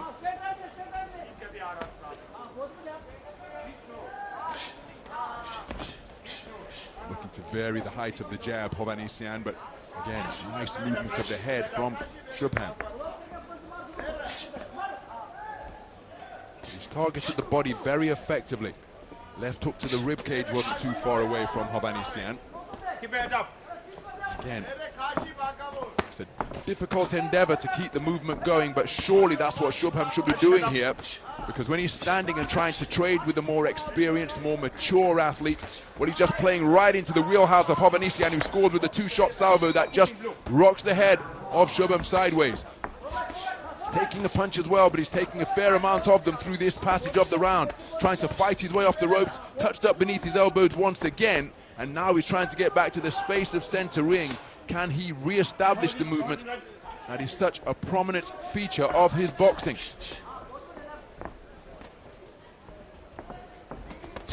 Nice snaking right cross. My goodness, that is a wonderful punch. From seemingly out of range, just able to close the gap and find a home for it before the two men exchanging jabs.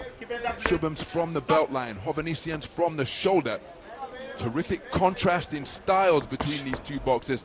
It's making for an entertaining and competitive affair. Shubham back up on his toes now.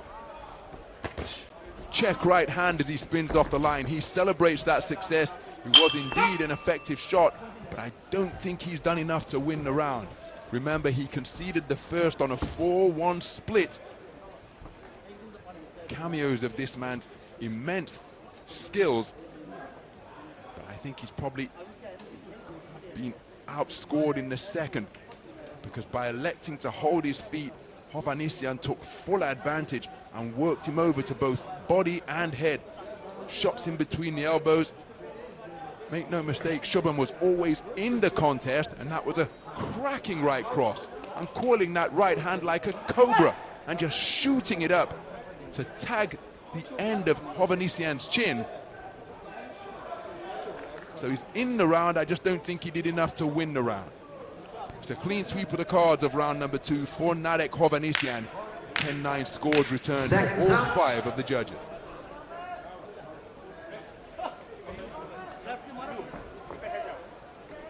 Your third and final round. So we move into the third and final round, and the teen sensation Shubham of IBN India has got to overturn a 20 points to 18 deficit on the cards of all 5 scoring judges. It's going to be very difficult. He's shown so many qualities during the course of this contest. Wide repertoire of punches, fantastic reflexes, wonderful precision, outstanding footwork. But he's in against an experienced operator here who has utilized shots to the body. Irrespective of the outcome of this bout, one suspects we are going to see Shubham again in the future, because he's in with a really experienced operator here, and he's not been overawed by his reputation or the stage. Producing some delightful little cameos. Oh, there's a right hand and a left hook after the command of stop, and I'm not quite sure. Well, it was Shubham who was spoken to about punching incorrect with the inside part of the glove. But a 2-shot salvo caught him, checked his chin. Again, when he holds his feet, that just plays right into the game plan of Hovhannisyan. It's going to be very difficult to win a contest trailing 20 points to 18 on the back foot.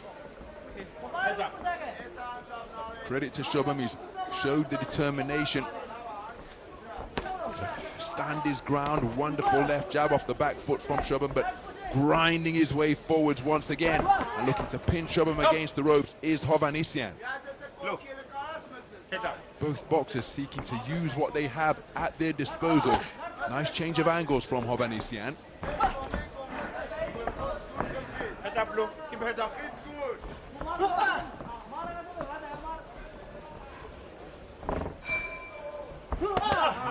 Attempting a right hand bolo shot was Shubham. Whipping right hand came over the top from Hovhannisyan. And look at Shubham tried to walk his way off the ropes, but he ended up looking out over the top rope. And in the meantime, these short clipping punches are scoring shots from Hovhannisyan, and a burst of punches down to the body, then hooks rattling around the rear of the gloves of Shubham. Head up. Electing to continue to trust his reflexes, but he's being tagged by some thunderous hooks while his back was on the ropes, totally square, presenting a maximum size target. And Hovhannisyan took full advantage, scoring with siding hooks that came from around the corner. And Shubham showing that he's got stout punch resistance in addition to all of the other qualities that he's demonstrated here at the Dubai Duty Free Tennis Center. Hitting on the break for my money. Bit of a sneaky step back from the Armenian veteran. But there's the bell to conclude the contest. Don't think there's much doubt about the winner, but this man has acquitted himself very well indeed. Shubham, Kapil Shubham, the teen sensation from IBN India, with a very good display over the course of the 3 3-minute rounds, showing quality of reflex, a wide repertoire of punches, timing, precision, fantastic footwork, but he has been outworked by the more experienced man, Hovhannisyan, who wasn't dazzled by any of this man's impressive skill set, and instead he just went to work about his job with efficient composure and professionalism, and one suspects he's going through to the round of 16. Ladies and gentlemen, on ring B, your winner by split decision. In the red corner, representing Armenia, Narek Hovhannisyan. So Narek Hovhannisyan, a 4-1 split decision winner over Kapil Shubham from IBN India. But that is a name worth noting because we are likely to see him on the global stage of IBA boxing once again in the future. Very good display from Shubham. No doubt that the right man has been declared a 4-1 split decision winner, and Narek Hovhannisyan with a very efficient performance indeed. Patient, composed, worked the body beautifully, and had real success when he forced Shubham to hold his feet and was able to score consistently with accurate arcing punches on the inside. It's Narek Hovhannisyan who goes through to the round of 16.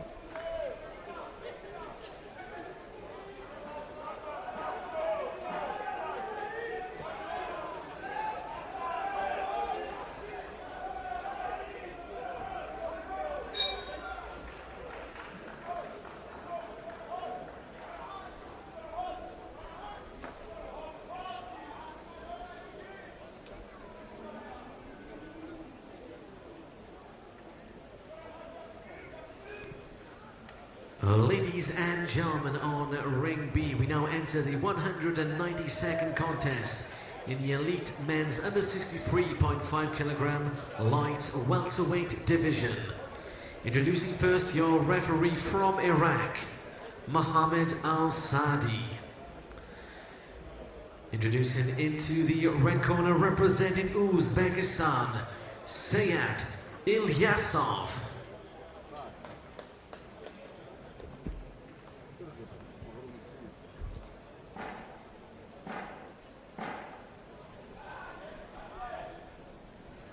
And his opponent in the blue corner, representing Kazakhstan, Omar Livaza.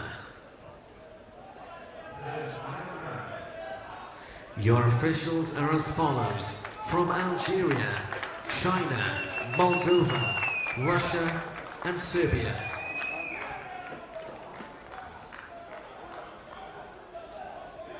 Oh, there he is, 20-year-old Serat Ilyasov over in the red corner for Uzbekistan.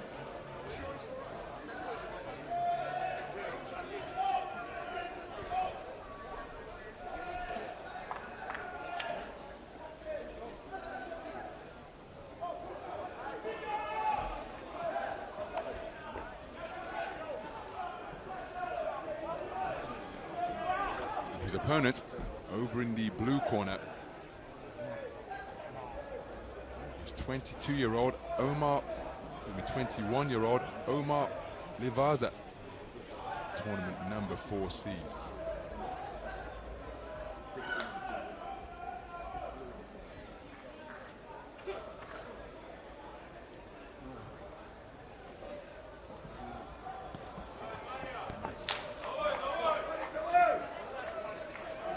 Round 1.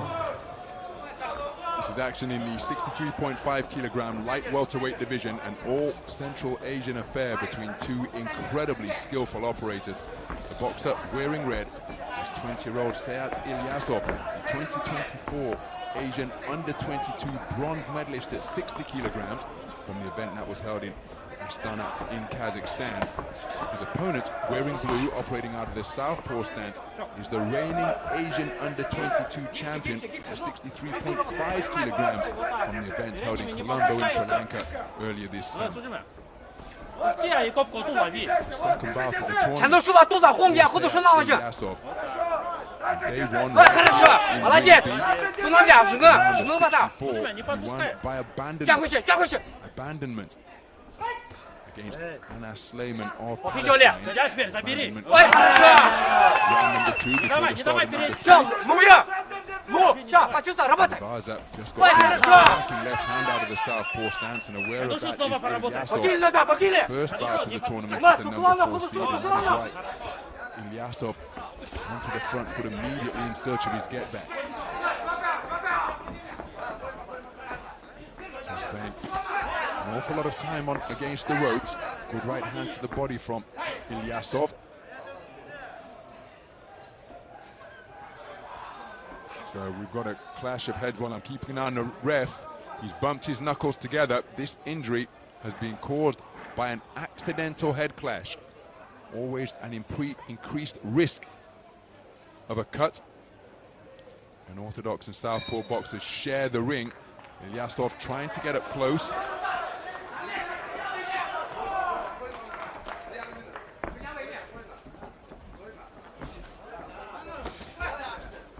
By the turning of the tables from Livaza. But look at how the heads are rubbing together on the inside. Nice jab off the back foot twice in quick succession, but Livaza clearly irritated and concerned by that injury. Keeps dabbing at it. Now he's trying to maintain a gap, but he is spending his time on the ropes once again. Content to invite the pressure, but while he's there, Ilyasov has targeted the body effectively.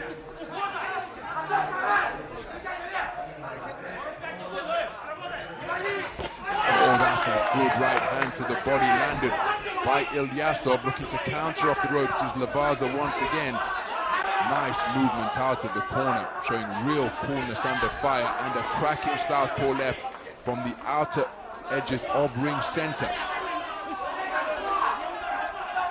So Livaza with that cut left eye.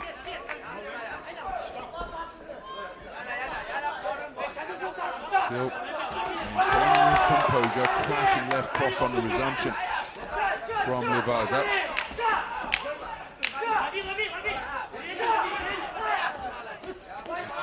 Again, look at how vigorously the heads are rubbing together at close range.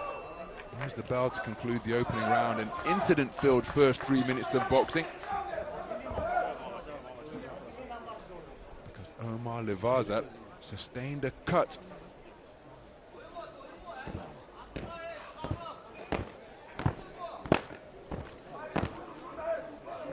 Some real quality on display over the course of the first 3 minutes.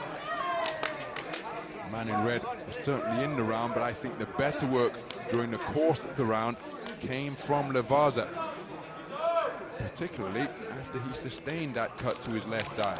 Got to the space of center ring, and despite being clearly inconvenienced and troubled by it because he kept pawing at it with his glove, he was able to find a range with some really eye-catching pot shots.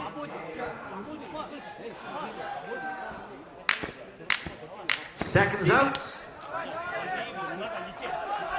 So Livaza has taken the first round on a 4-1 split. Round 2. So we move into the second round, and Omar Livaza, my goodness, now he is using the space of the center ring, and it's resulting in some terrific trade-offs. Rapid fire punches being exchanged between the boxers. For my money, Livaza getting the better of that coming together, but having conceded the first round on a 4-1 split, Serat Ilyasov just employing a takedown move, keen to pick up the tempo. Oh dear me, but the roughhouse tactics of the takedown move have seen him doctor points here in round number 2. So he's got a real uphill battle here now as he goes in search of the right cross against the southpaw. But again, the coolness demonstrated by Livaza, notable indeed. Then he ties his man up before turning the table. Shoe shine punches down to the body from Ilyasov.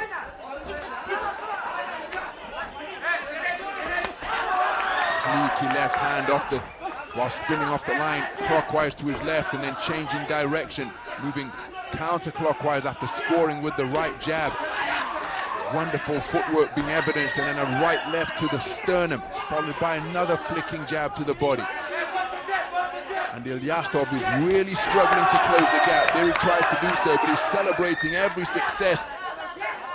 Is Livaza like a Cuban maestro from the 90s. Upon their return to the Olympic stage after missing, oh what a 1-2, right jab, left cross. And Cuban boxers return to the Olympic stage after missing the games of LA 84 and Seoul 88. And they were unquestionably the leading 3-round IBA style boxing nation in the world, as the mouthpiece has been dislodged of Livaza. They would often celebrate their successes by raising that right glove to, or any glove, to the rafters. Livaza demonstrating that celebratory gesture here. He is boxing very well indeed in the face of the pressure that Ilyasov is trying to apply. Simply can't catch him because he's giving his man angles, changing direction from clockwise to counterclockwise, and despite his best efforts, Ilyasov hasn't been able to catch him consistently. His best work has come to the body, but the more effective, sustained and eye-catching successes have come from Livaza. Deep into this second round, what a right-left combination. The left cross cracking home from around the belt line of Livaza. And again, he's happy to use every inch of the boxing ring, retreat to the ropes, remain alert, and dodge the incoming fire. There's the shot from a right cross of Ilyasov. Now, if this is Livaza's mouthpiece, he's got a bit of a problem here, because he's got a round and 20 seconds remaining. It's the second time it's been dislodged here in round number 2. Watch the referee. He's pinched his fingers together, saying that the mouthpiece must remain in the mouth, because if it's dislodged again, it's going to result in a point deduction off the card of Livaza. Remember, Ilyasov was doctor point for roughhouse tactics here in the second. He wouldn't want that point deduction to be cancelled out by being hit with one himself, Livaza. Second round in the book. The corner did a good job on the cut, and Livaza did an outstanding job in between the ropes, because he boxed sublimely during the course of that second 3-minute round. And I think he's done enough to win it. Remember, he took the first on a 4-1 split. How will the second round be scored? After a really good performance of back foot boxing and pot-shotting from Omar Livaza. Some of the action from the second round.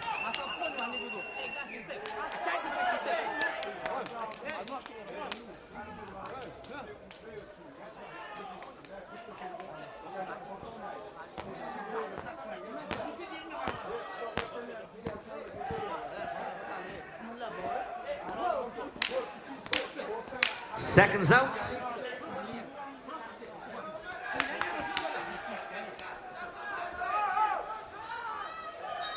Your third and final round. In favor of Livaza once again, and the distribution of the scores means that we have 2 scores that are tied at 19 points apiece for Judge 1 and 2. The other 3 scores are 20-18 in favor of Omar Livaza.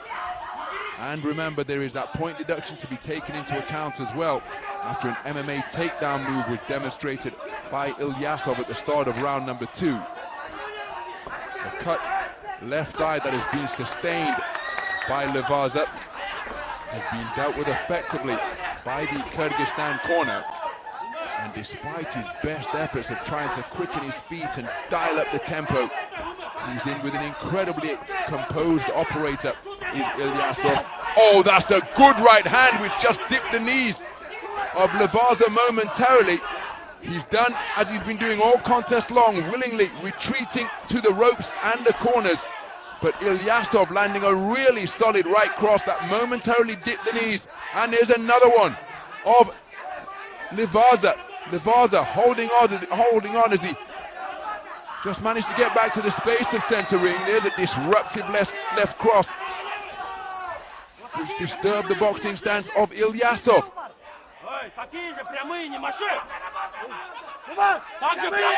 So Livaza just maintaining the gap here now. Was he buzzed by any of those backhands that came crashing through? Not too far away once again, Ilyasov. Ilyasov looking to cut his man off. Right hook was another scoring shot, and he's digging down to the body. Livaza keen to claim his man and prevent him from working. Just beyond the halfway stage of what is a dramatic final round here. Right hand successes on a pretty consistent basis for Ilyasov. Stalking his man once again, lands another solid right hand. So the coaches of Livaza just reinforcing and reminding him as to how long is remaining. Oh, that's another solid right hand which lands forcefully into the body of Livaza. You can see he's breathing through an open mouth. His reflexes just appear to be a little less sharp, as his accuracy appears to have diminished as well. Keen to hold on, but Ilyasov wants to free his hands and work away. Closing 20 seconds of the final round, and Ilyasov will not stop coming, remaining convinced that he can produce the shot to get his man out of there as he lands with another pile-driving right cross. Magnificent response from Ilyasov as he seeks to grind his way back into contention. Pecking right jab out of the neutral corner from Livaza, then ties his man up once again and manages to get back to the space of center ring. What a contest, what a final round. Terrific affair between these two talented youngsters. Serat Ilyasov of Uzbekistan and Omar Livaza of Kyrgyzstan, the tournament number 4 seed.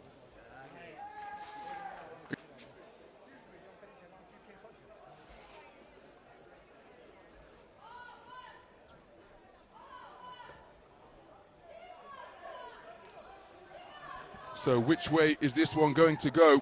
I think the man in red did enough to take the final round, but remember there's the point deduction to be considered as well. It's incredibly close, and a storming response in the final round produced by Serat Ilyasov.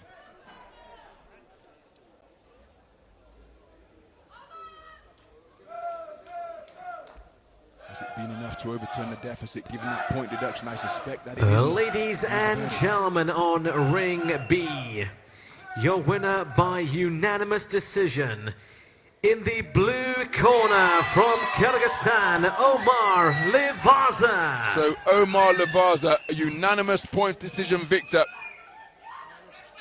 over Serat Ilyasov of Uzbekistan. The two men combining to produce an absolutely riveting affair that ebbed and flowed and swung like a pendulum one way then the other. Terrific work, and you have to credit the rally launched by Serat Ilyasov, but the insurance built up over the first of 2 sublime rounds produced by Omar Livaza, enough to see him over the line. But that was the type of pressure that Ilyasov brought for the entirety of the 3rd round. But it was a classic case of too little too late, and it's Omar Livaza, the Asian under-22 champion, who goes through to the round of 16.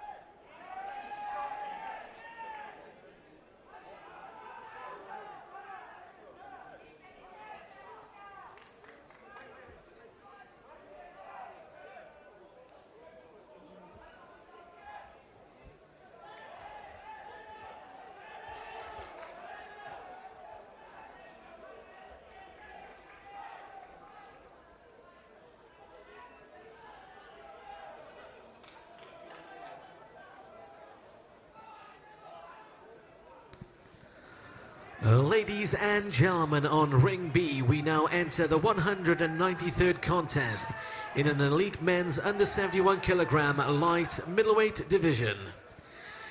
Introducing first the referee from Kyrgyzstan, Jamilia Borkoeva. Please welcome firstly into the red corner representing Russia, Sergei Koltenko.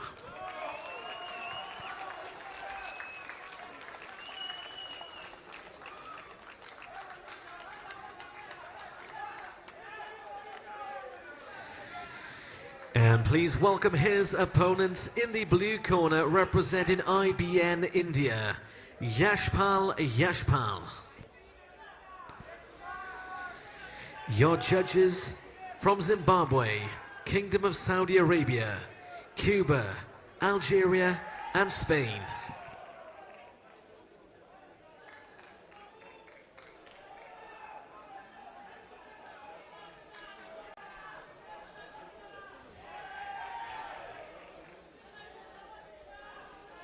So there is 21-year-old Sergei Koltenko over in that red corner. His opponent in the blue corner is 28-year-old Yashpal Yashpal for the IBN India boxing team.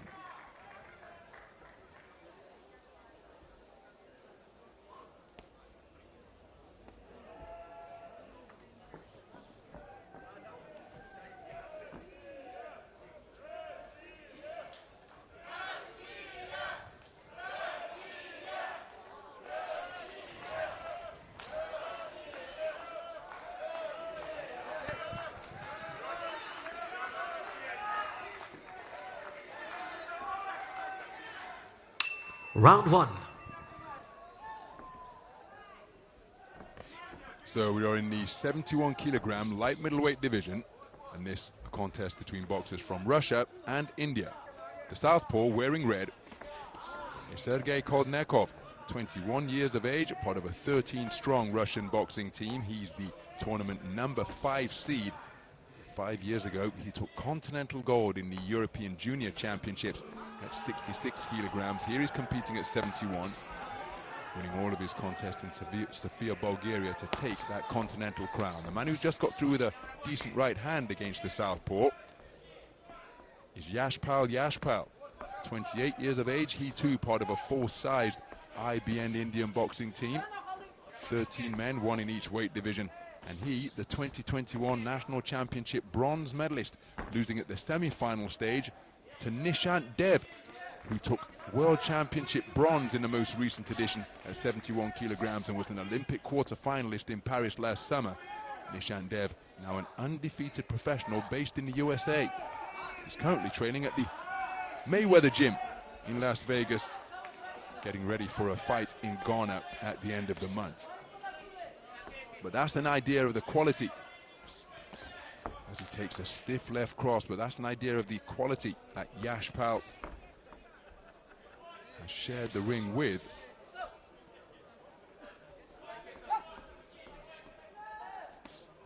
Reaching for the left cross in between the gloves is Koltenko. Counter left hand not too far away from Koltenko after it was a rather looping roundhouse right, and wonderful accuracy to get between the gloves from Koltenko. Looking to respond with a cluster of punches of his own is Yashpal, but it's first and third boxing, and he's getting the better of this exchange by sustaining his attack is Koltenko. He's working that southpaw left hand very effectively indeed. Beautiful double jab right, left hand, and then changing the angles. Always remaining on the outside of the front foot. So he's got a smaller target to deal with by remaining side on. This is very clever boxing from Koltenko. Look at him on the outside once again. So he's presenting a side on target and controlling the space laterally to his right, counterclockwise. So always the aim, of course, in a battle between orthodox and southpaw boxer. And it's Koltenko who's executing that desired intention wonderfully. Just a little bit of a switch off of concentration seemingly from Yashpal. Inviting pressure, and a man in red took full advantage, helping himself to some scoring shots. So there is the bell to conclude the first round, and one suspects it's going to be a clean sweep of the cards in favor of Sergei Koldnekov of Russia.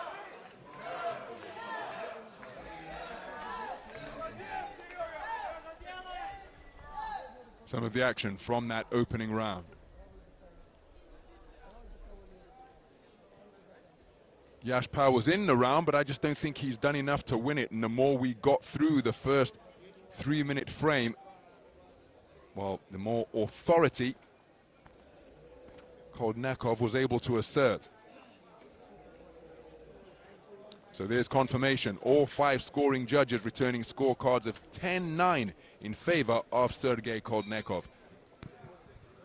Seconds out.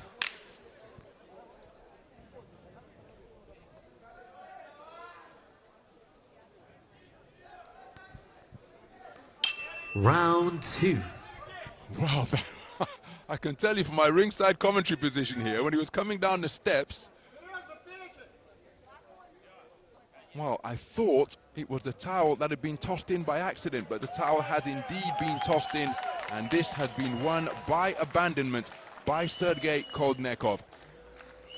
The towel got draped over the top rope, so I wasn't sure if it had wound up there inadvertently, but then the coach climbed the steps, retrieved it, and indicated to the referee that his man will take no more, and it is Sergei Koldnekov, the tournament number 5 seed, who will go through to the round of 16, having prevailed by abandonment here at the end of the first.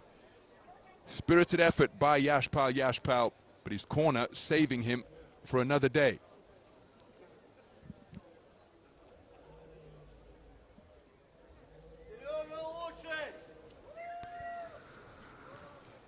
Ladies and gentlemen, on ring 2. On ring B, your bout was abandoned in round 2 for your winner.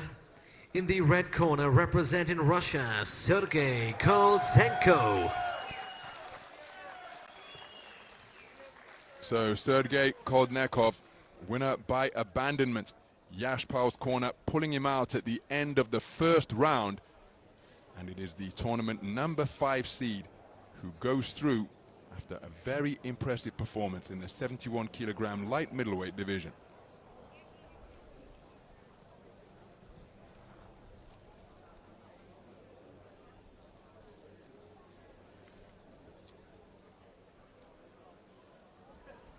Well, seems to be a problem with the shoulder of Yashpal up in that blue corner.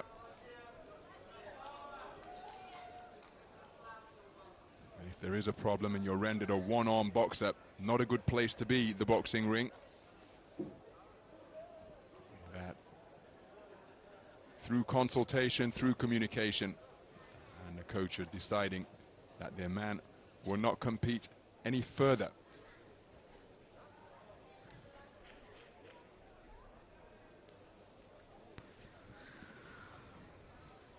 Ladies and gentlemen, on ring B, we now enter the 194th contest in the elite men's under 71 kilogram light middleweight division.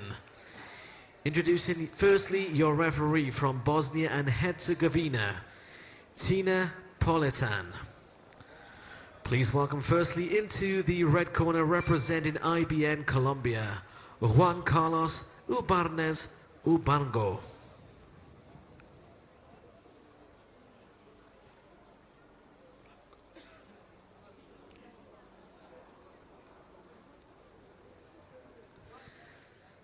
And his opponents in the blue corner representing Eswatini, Sibonello Thambela Nzimanze. Your judges from Serbia, Kingdom of Saudi Arabia, Turkmenistan, Russia, and Iraq.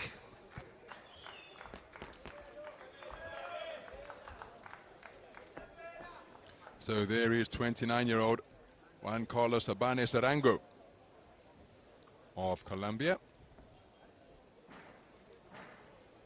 His opponent is 38-year-old Sibonello Dzimanzi of Eswatini.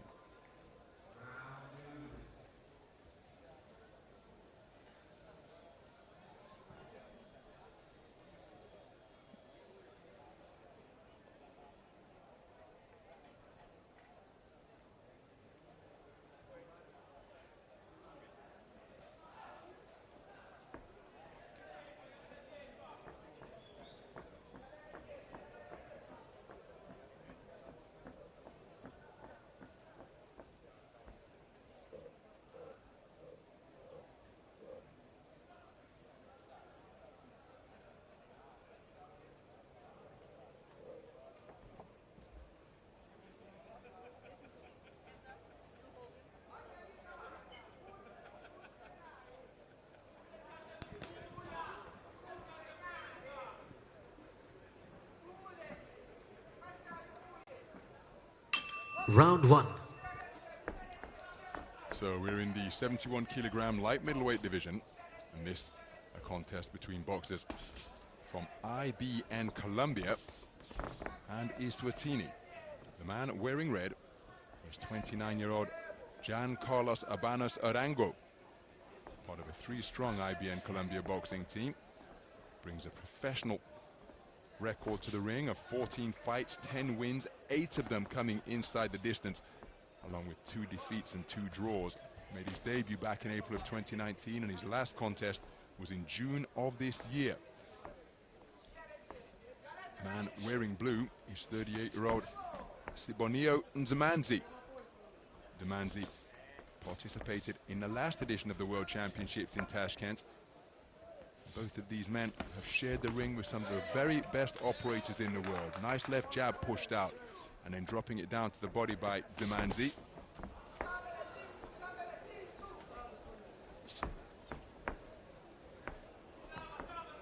Two men just shaping up on the edge of range, looking for a big overhand right, but not anywhere close to within range to launch it. Here's Urbanez.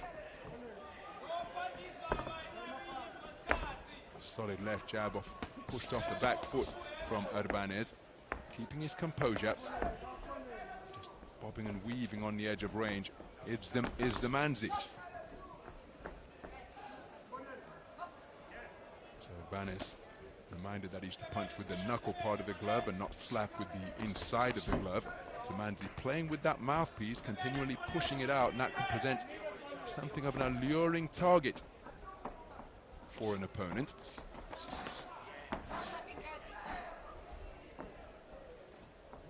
He's creeping his way across the canvas, Nzamanzi, in search of establishing his own range. Neither man has done so with any consistency yet. There's a good right hand to the body from Nzamanzi. Burst of bent-arm punches in response from Urbanez. So Urbanez looking to put combinations together. Dropping the right hand down to the body after the jab upstairs. Urbanez is launching that right hand from well out of distance, as was Nzamanzi. It's a busy lead left hand from Urbanez. Up on his toes, keeping the movement going. So Nzamanzi's got to be careful he doesn't follow his man around the ring here. That launching left hook was launched. That leaping left hook was launched. Nzamanzi was on the front foot, looking to pick off the man as he came back down to earth.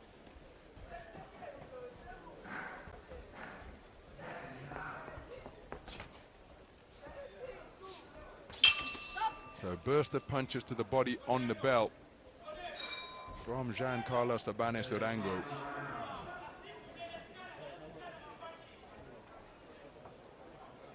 Round where there was plenty of motion, comparatively few point-scoring punches, but I think the ones that did land on a more consistent basis, such as that combination there, built principally off the darting left hand of Urbanez, and one suspects that he will have done enough to have taken the opening round.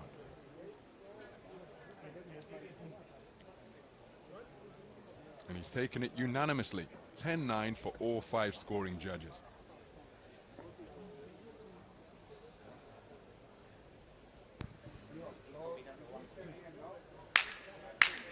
Seconds out.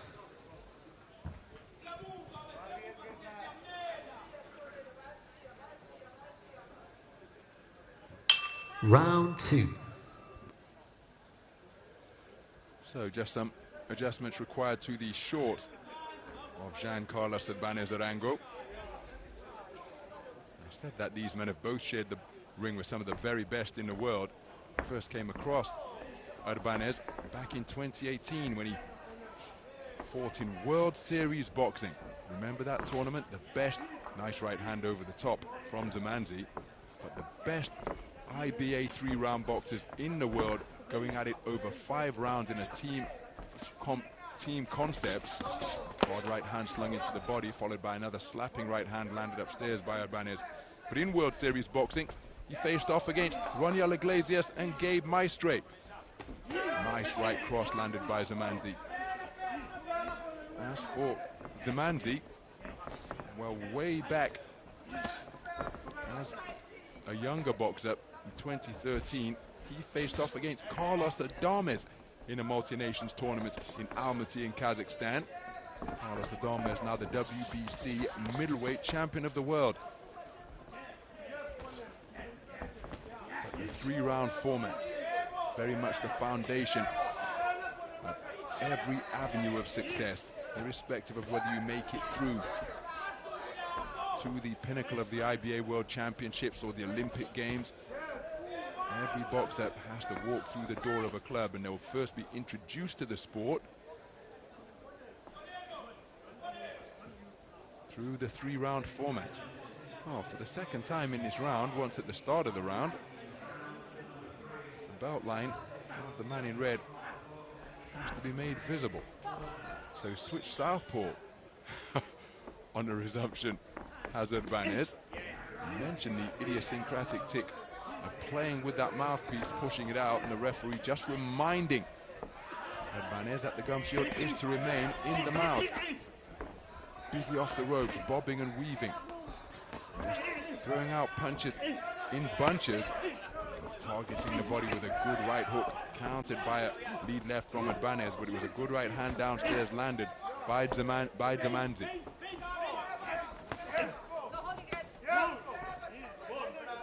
Well, he's cutting a really dynamic figure up in the boxing ring, is Urbanez against Zamanzi. Zamanzi also had a professional career, but he hasn't fought for 2 years after making his debut in December of 2016. So he too has amassed heaps of experience. And here his second consecutive appearance in the IBA World Championships. But he's finding it very difficult to catch up to Urbanez, because he has done an outstanding job keeping the movement going. That left hook wasn't too far away from the man in blue. Rather telegraphed that one as he's bearing that gum shield once again. But Urbanez keeping himself out of harm's way, and he's pot-shotted effectively as he scores with another right hand over the top. Zamanzi looking for straight shots down the middle, but I think the man who got the better of the round for the second consecutive round is the man in the red corner. Some of the action from round number 2. Urbanez just keeping his cool despite being in the corner and able to dance his way out to the space of ring center. Always letting that left hand go when he's anything resembling punching range. And more often than not, he's finding a home for it. And even if it doesn't, it's a range finder, it's an irritant, it's a nuisance. He's used it very well indeed. And that is why he's taken the second round. The first one was unanimous. The second round on a 4-1 split. So he leads 20 points to 18 for 4 of the 5 scoring judges. Seconds out.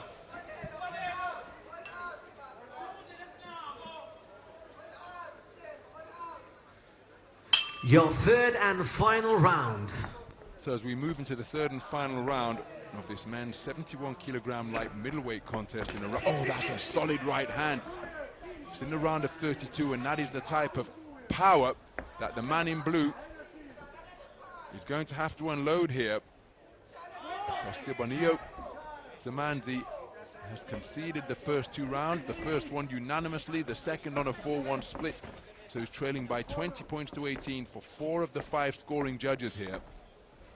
course, if he can find the punch, find the combination to get his man out of there inside the distance, well, he can progress through to the next round. He's going in search of the lead left hook, just holding his feet while standing square on the ropes. Here's Urbanez. Up on his toes once again. Can Zamanzi get closer and seek to pin him against the ropes? He's perhaps going to have to launch more than one phase of attack, because I suspect that these punches aren't bothering Zamanzi at all, but the man in red will not stop moving, and he's just letting clusters of punches go that are keeping Zamanzi occupied and piling up the points. Now he's looking to unload heavier shots with him pinned near the neutral corner, and this is where Zamanzi wants his man to be. But again, Urbanez keeping his cool and just able to ghost away to his left. There's a good right hand down to the body, but now moving counterclockwise to his right is Urbanez. Right cross just disrupts the boxing stance of Urbanez a little bit, and another overhand right comes bombing over from Zamanzi. Contrast in styles couldn't be greater. The rather purposeful forward march in comparatively leaden-footed fashion of Zamanzi against the twinkle-toed movements of Urbanez, but now he's got him standing still and where he wants him so he can get to work to both body and head. Urbanez spoken to about his punches straying into rabbit punch territory around the back of Zamanzi's head, and there's another right cross from Zamanzi. He's used that shot really well in this round, and look at him cocking it, locked and loaded as he's creeping his way across the canvas, but he's impeded his own progress there because the idiosyncrasy that he's been spoken to about already, he's continuing to do it. Of course, it can be very difficult to break a habit, but just when he was on the front foot, having landed a right cross, the referee intervened to remind him to keep that gum shield in his mouth. He senses that he's got Urbanez going here now. He's remaining on his toes, trying to maintain the gap, and the vocal support of Urbanez here at the Dubai Duty Free Tennis Center telling him how long is left in the round. There's the 10-second clapper, so each boxer knows that the bell is imminent. It's been a good response in the third and final round, but in this contest of contrasting boxers, it is the fleet-footed mover from IBN Colombia, Jean Carlos Urbanez Arango, who will be going through to the round of 16. A very good display indeed. Set his stall out early, really active with the left hand, wasn't looking to put power onto his punches, but rather pot shots and pile up points. Took the first round unanimously, the second on a 4-1 split. And in the third and final round, Zamanzi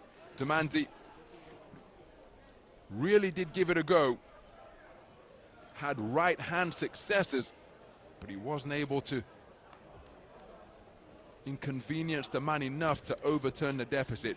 And it will be Urbanez who will be going through to the round of 16. Ladies and gentlemen, on ring B, your winner by unanimous decision. In the red corner, representing IBN Colombia, Juan Carlos Urbanez Arango. So Jean Carlos Urbanez Arango goes through to the round of 16 after a very good display of sticking and moving, and there he will meet the tournament number 5 seed, Sergei Koldnikov of Russia.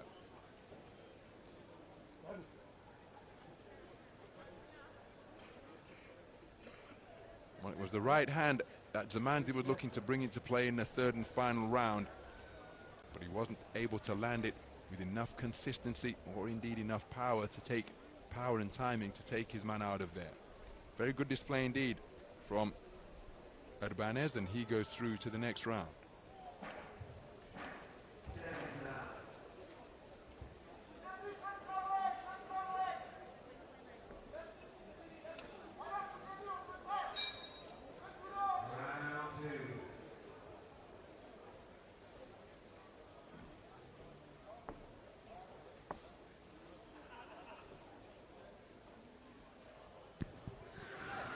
Ladies and gentlemen, on ring B, we now enter the 195th contest in an elite men's under 71 kilogram light middleweight bout.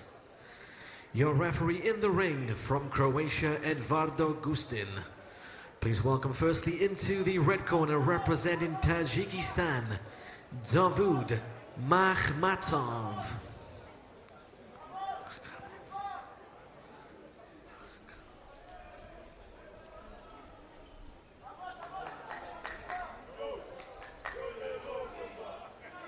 And his opponent into the blue corner representing the Democratic Republic of the Congo, Othniel Mwanda. Your judges are as follows: Algeria, China, Cuba, Serbia, Azerbaijan.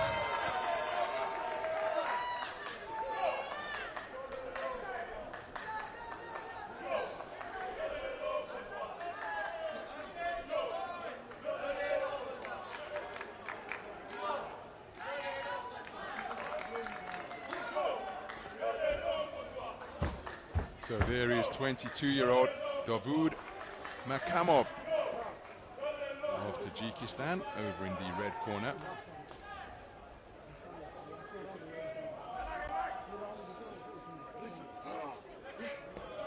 And just being called down.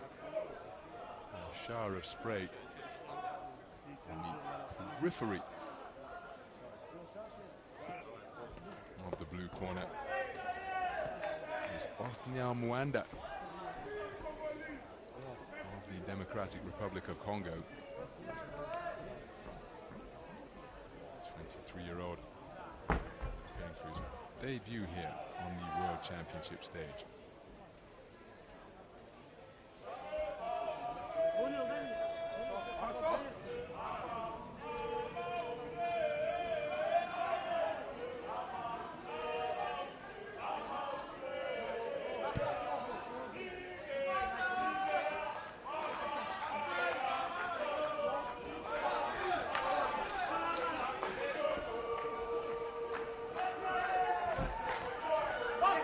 Round one. This is action in the round of 32 in the 71 kilogram light middleweight division. It's a contest between boxers from Tajikistan and the Democratic Republic of Congo. And the taller figure has just had his chin checked by some scything hooks on the inside that have been delivered by Davud Makhmatov, 22 years of age, part of a 13-strong Tajikistan boxing team, competing in his second consecutive World Championships. Comes to the ring of the two-time reigning national champion, Othniel Mwanda. The towering figure wearing blue is 23 years old. He's part of a 6-strong DR Congo team. Most of his experience on this stage of boxing has been amassed in Belarus. And here he is competing for his nation in his first World Championship appearance.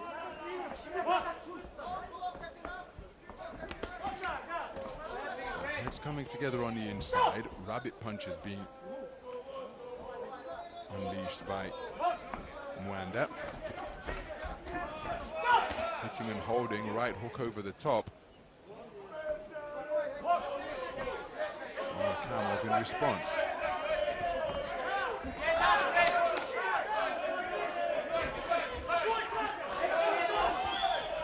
So it's rough and physical, this one. Operating as a southpaw boxer before this entwinement.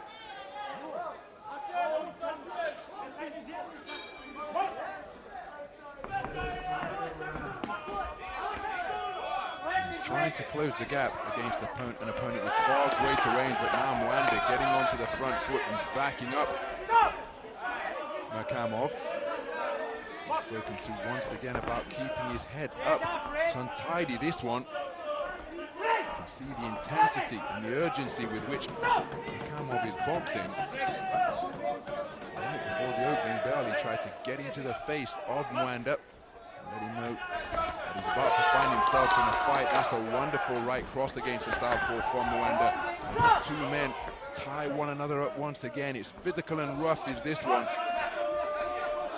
the boxer will want to pick up for excessive holding.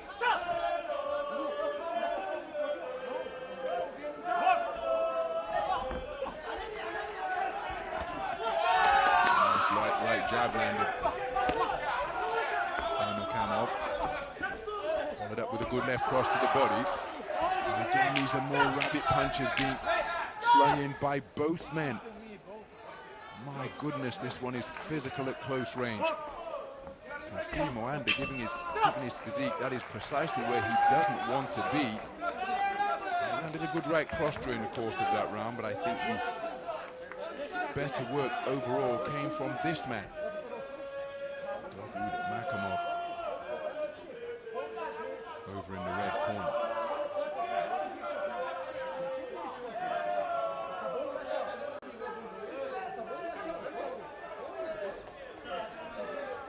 Some of the action from the opening round. A lot of the first 3 minutes were spent in this type of territory. Each man trying to show the third man in the ring that they are not guilty of doing the holding. Rabbit punches were let go by both boxers. It was rough, it was tough, it was physical. And I think the man in red has done the better work. So there's a 4-1 split Seconds out in favor of David Makamov.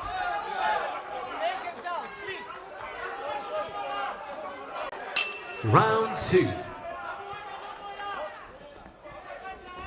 So we move into the second round. I mentioned the fact that Makamov is the reigning two-time national champion of Tajikistan. Took the latest of his multiple gold medals just a couple of months ago in October. So his confidence will be high entering this, his second consecutive appearance at a World Championships. But neither man is found in range with any consistency. Not heeding the command to stop is Makamov. Hitting and holding on the inside. Excuse me. Hitting and holding on the inside was the man in red, but it's messy, this one.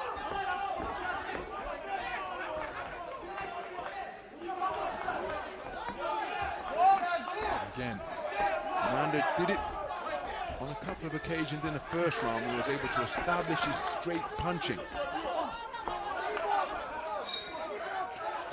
Look at the gap that exists when he's within punching range. It would put Makamov in an entirely different district. I think he's in a bit of trouble here. I think that's 6 of one and half a dozen of the other, but a point docked off the card from Othniel Moanda for excessive holding.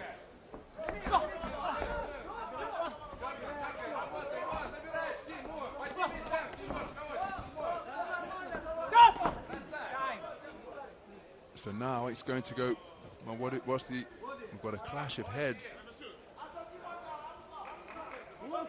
Just caused the cut to the left eye of Makamov. Always a danger of that. It's an orthodox southpaw boxer sharing the ring. The inspection has been conducted by the doctor, and she is happy for the contest to continue.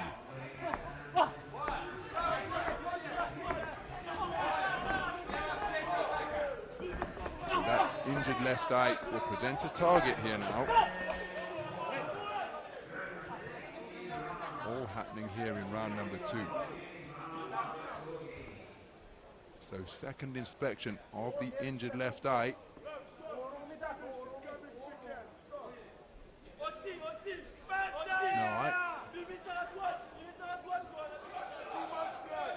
I'm trying to see whether the referee has put his fist into his palm or has pounded his knuckles together. Because if the fist has gone into the palm and this injury causes the bout to be stopped, well, it will be RSCI in favor of Moanda.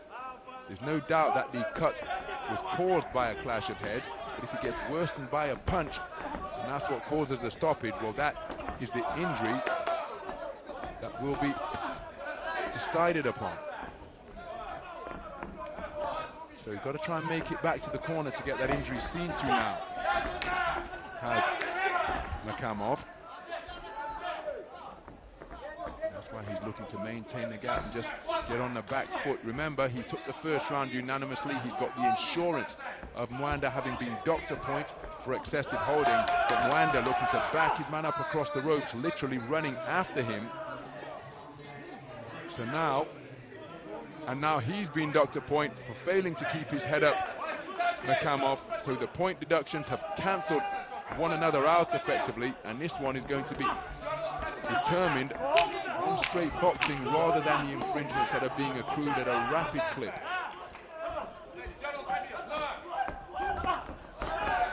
Inaccurate with the attempted straight punches. Mwanda.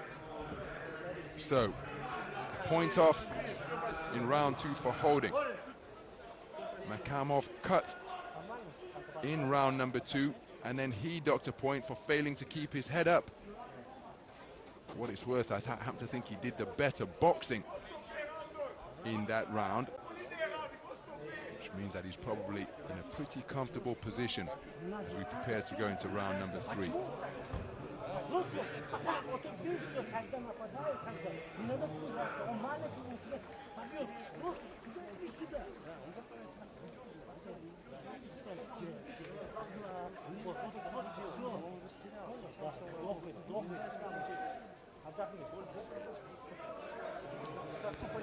So it's a 4-1 seconds out in favor of Makamov. The second consecutive round. Your third and final round. Single judge preferring the work of Mwanda.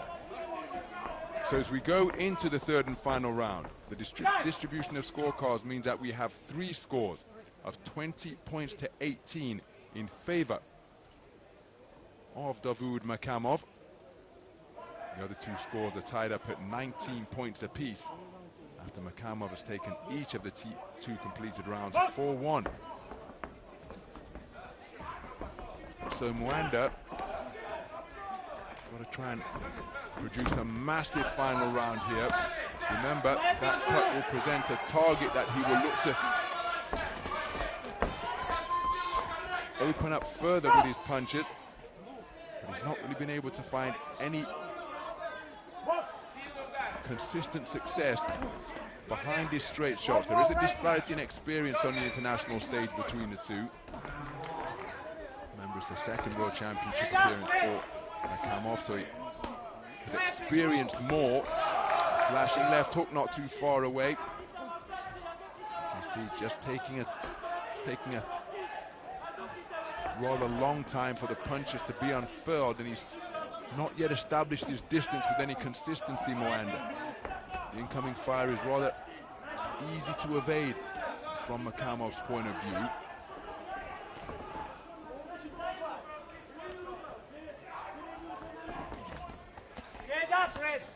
So Mwanda looking for that long right cross.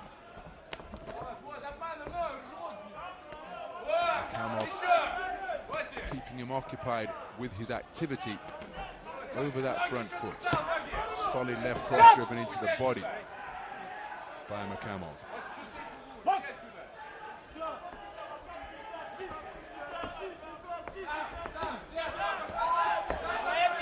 So Mwanda trying to get his punch picking together. Again, just hasn't quite established his timing or distance here with a minute remaining in this third and final round. Remember, each man has been doctor point and getting his hands free as each man is keen to show the ref that they are not doing the holding. Mwanda was doctor point for holding in round 2. Makamov was doctor point for holding, with doctor point for failing to keep his head up in the second.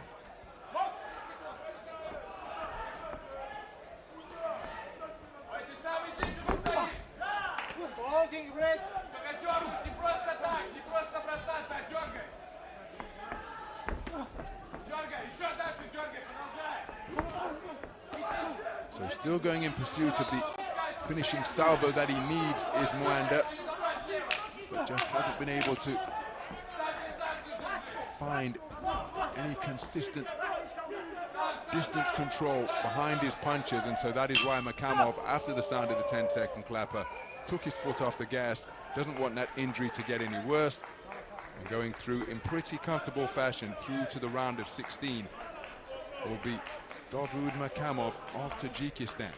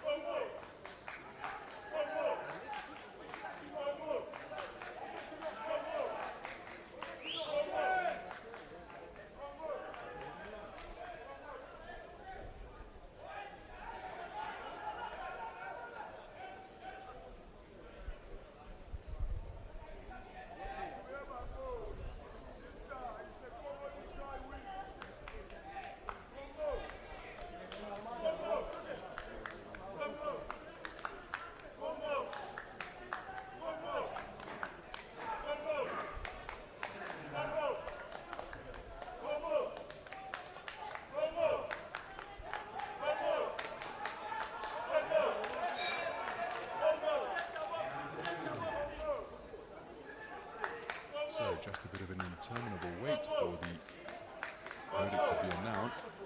Not sure the scores have yet been delivered, which suggests that there could be a problem with the technology here at the Dubai Duty Free Tennis Centre.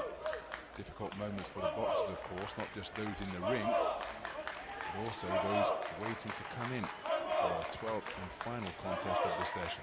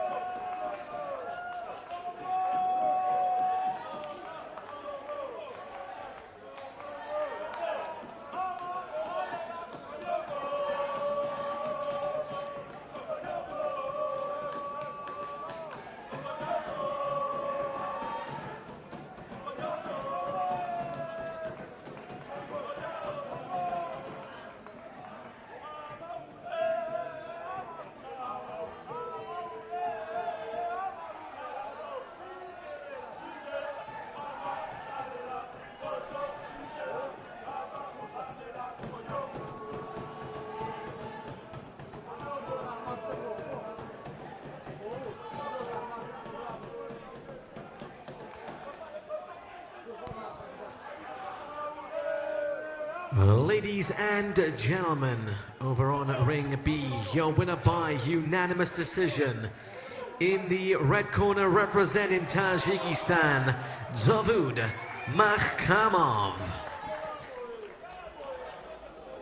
So, Davud Makamov, a unanimous point decision victor over Othniel Mwanda of DR Congo.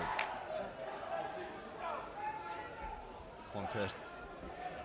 He was never able to consistently find his timing, the less experienced boxer in the blue corner.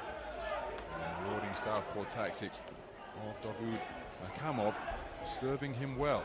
He will go through to the round of 16 in the bottom half of the men's 71 kilogram light middleweight draw.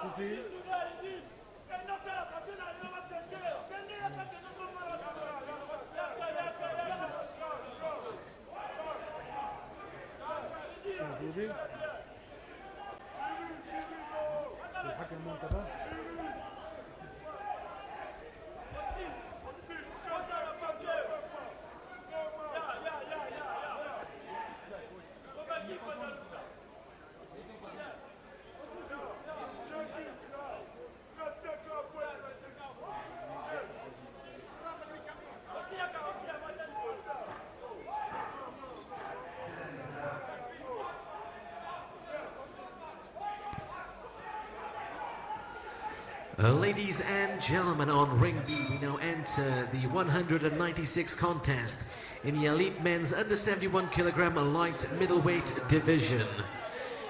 Introducing first your referee from Azerbaijan, Rovshan Gadirov.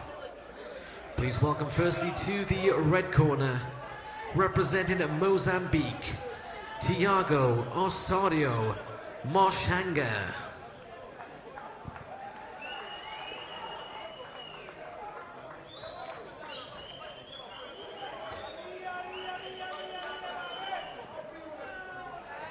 And his opponent in the blue corner representing Uzbekistan, Shavkatjon Boltayev.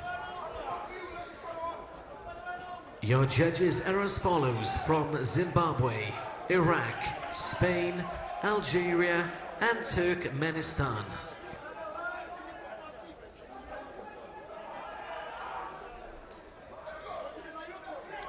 Well, over in the red corner is the experienced figure of Tiago Moshanga, 25 years of age, from Mozambique.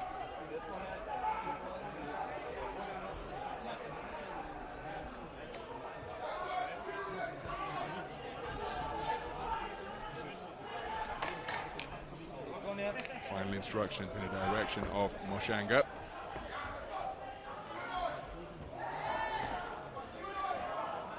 Opponent in the blue corner is the incredibly talented 20-year-old Shavkatjon Boltayev, championships number 4 seed here in the 71 kilogram light middleweight division.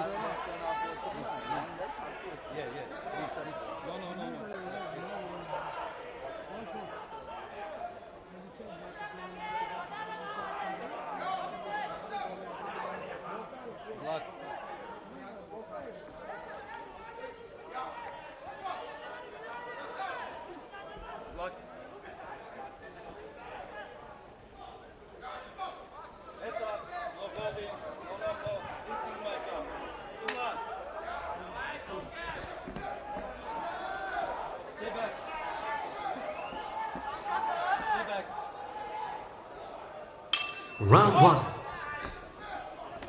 Well, what a contest we have in store here in the 71 kilogram light middleweight division between boxers from Mozambique and Uzbekistan.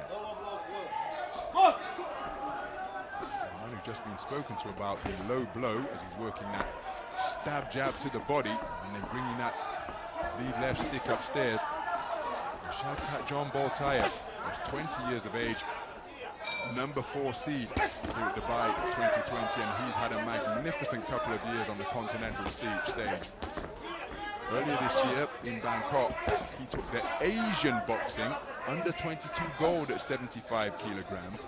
Now that's not the ASBC, but it's an alternative organization. And he took the continental title there. That's a wonderful left hook landed by Tiago Moshanga, and that may well have got the attention of Boltayev. He's targeted downstairs again by Moshanga, the 25-year-old from Mozambique, and he's working that lead left hand very effectively to the rib cage. Wonderful right hand lead in response, followed by left hook, and look at the response of combination punching from Boltayev. Terrific two-way action in the first half of this opening round. Flashy right uppercut was thought about by Moshanga, and now it's Boltayev's turn to get busy with the hooks down to the body. Brings the jab back upstairs, and Moshanga continuing to dig away to the torso. This one starting at a terrific clip. Box punching being demonstrated by both boxers. How about that for an overhand right off the back foot by Boltaev? Left hook to the body is a cracking punch. Now, referee speaking to Boltaev about low blows again. That's a wonderfully picked right cross while spinning off the line. Counterclockwise to his right. Now it's clockwise movement to his left. Counter left hook from Moshanga, followed by a power driving right cross. And both of these men really planting their feet into the canvas to get power on their punches. It was a jump back from Boltaev that saw him evade that uppercut. Hard left hand was dug into the belt line by Moshanga. And this is a really hard-hitting affair through the first 2.5 minutes of the round. A clumping left hook dug in by Moshanga, looking to back up the 20-year-old, and he's dipped his knees and checked his chin, following up with another right hand. Well, Boltaev showing the official that he's okay to continue, but he was rocked solidly. Closing seconds of the round as Boltaev being put under pressure by Moshanga, who is going about his man in unmerciful fashion, looking to just check the commitment of the 20-year-old. He's got him pinned against the ropes, and another power driving shot comes through on the bell.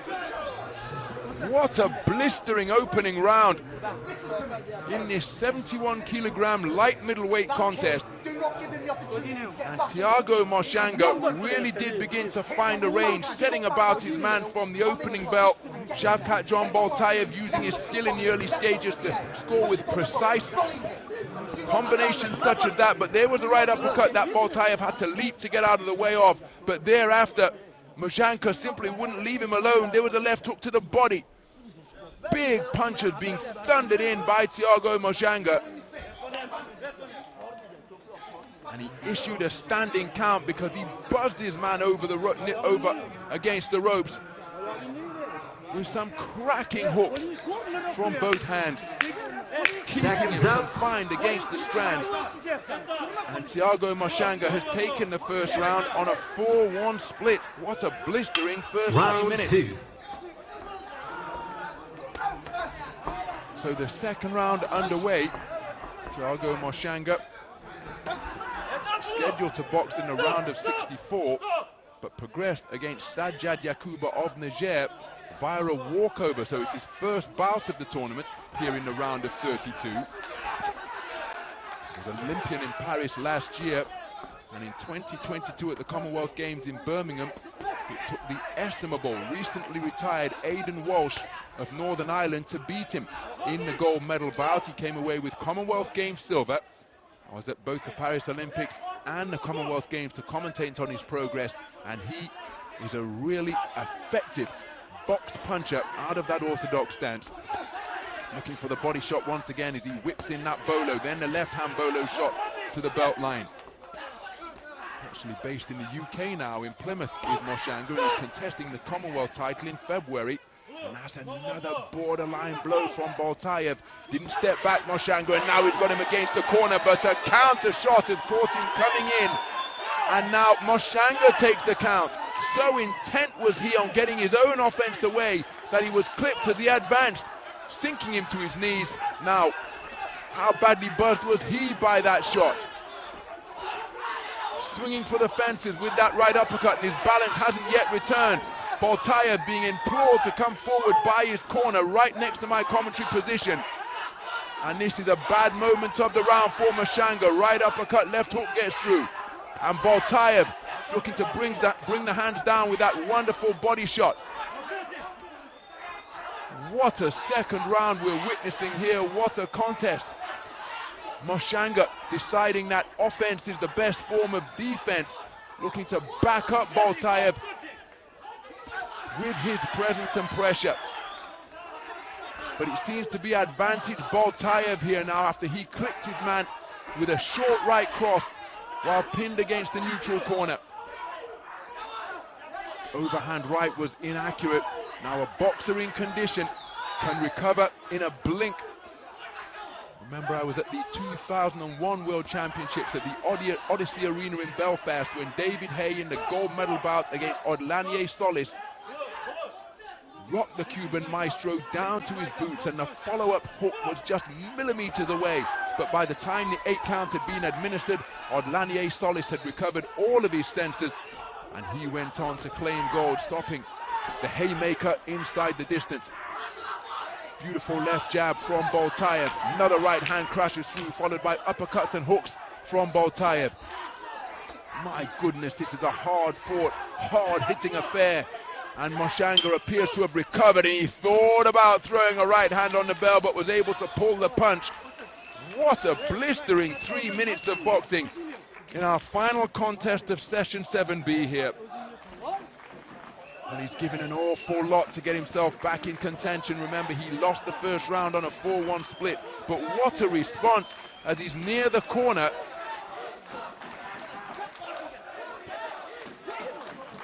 He was able to unfurl a punch which caught Moshanga as he was advancing. This is the moment where it happened. Referee intervened, no retreat to the neutral corner, and hold that. Rather untidy, did the punch stray into rabbit punch territory. On the top and side of the head, so not quite rabbit punch territory. Seconds out. But those are the senses that, those are the shots that can discombobulate a boxer. And Boltaev has taken the second Your round third and unanimously. final round. So as we go into the third and final round of this 71 kilogram round of 32 contest, it has come down to a 3-minute shootout. And Moshanga's senses appear to have recovered. Oh, what a left uppercut on the inside. And his senses appear to have been recovered after he was buzzed by a right hand high on the head. Boltaev, he staggers Moshanga. Terrific two-way action. And you have the sense that this contest could well end inside the distance. Torrid punches being slung in by both boxers. As Moshanga lands a left hook and another one followed by the right hand, forcing Boltaev to try and initiate a clinch just to gain some respite from this pressure that is being applied incessantly by Thiago Moshanga. In addition to all of his successes in the 3-round format of boxing, Moshanga has made a blistering start to his pro career. Both of his fights coming last month, and as mentioned, he's got the Commonwealth title in his sights next in February. The man from Mozambique, who's now based in Plymouth. And Boltaev, who is the better for wear here, because both of them are swinging for the fences. There's a clipping right hand on the inside. Moshanga unfurling a left uppercut, but couldn't find the range. Halfway through the third and final round, in what is a really hard-fought affair where both men have been hurt. Boltaev took a count in the opening round. Moshanga was dropped in the second round. And it was a shot that scrambled the senses. Oh, now this is going to be significant. Well, I thought a point was going to be docked from Boltaev, and I'm pleased that it hasn't been, because this one deserved to be determined on the merits of the boxers, who are both drawing the very best from one another. But it's Moshanga, atop of quick feet, walking down his man purposefully, getting him pinned in the corner and seeking to target the body and head once again. Final 45 seconds of the round, a bolo shot blasted into the body of Boltaev, followed by a left hook upstairs, and the 20-year-old is coming of age before our very eyes here, because all of his intangibles are being tested. He bites down and tries to fight through the pressure that he's being put under. Less than 30 seconds remaining. That right hand landed with the forearm. It was a forearm shiver from Moshanga. Unfurls a left uppercut on the resumption. The accuracy has decreased, but both boxers seeking to take their opponents out with a single shot. Right hand not too far away from Moshanga. Counter right hand with a scoring shot from Boltaev. And both men fighting furiously right up until the final bell. What a contest. A hard-hitting affair between boxers at different stages of their IBA boxing careers. Thiago Moshanga, the Paris Olympian, the Commonwealth Games silver medalist from the edition in Birmingham 3 years ago. absolutely doing his best to progress through to the round of 16.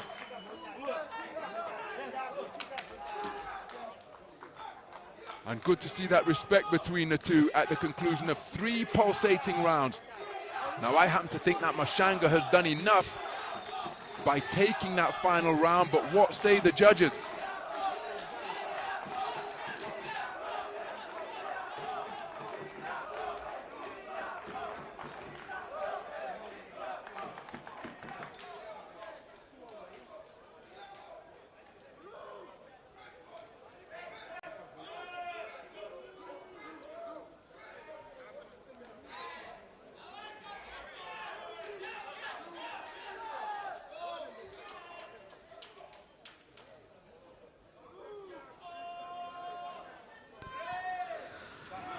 Ladies and gentlemen, on Ring B, after a bout review, your winner by split decision. In the red corner from Mozambique, Thiago Osorio Mashanga roaring in celebration at having been declared a victor on bout review, and just look at how narrow it was. A 4-3 verdict by the tightest of scores. Mashanga taking the final round, and the evaluator preferring the work of Mashanga. I think the right man has won, however we have got there with the verdict. But a terrific battle filled with two-way action. A count taken by Shavkat John Boltayev, the tournament number 4 seed in the first round, because of this pressure that was applied by Mashanga. And then Mashanga caught with a clipping right hand of the short variety as he was bull rushing forwards in the second round. That made it all square for 4 of the 5 judges going into round number 3. And in what was absolutely blistering back and forth action, it's Thiago Mashanga who did the better work to prevail and progress through to the round of 16, eliminating the tournament number 4 seed. An absolutely pulsating affair, and it's Mashanga who progresses. Well, that concludes the 7th session of boxing here on Ring B. We'll be back in just under an hour's time at the top of the hour as we leave you with results and images from what was a sensational session here at the Dubai Duty-Free Tennis Center. Join us again in just under an hour's time for session number 8 here on Ring B. Bye for now.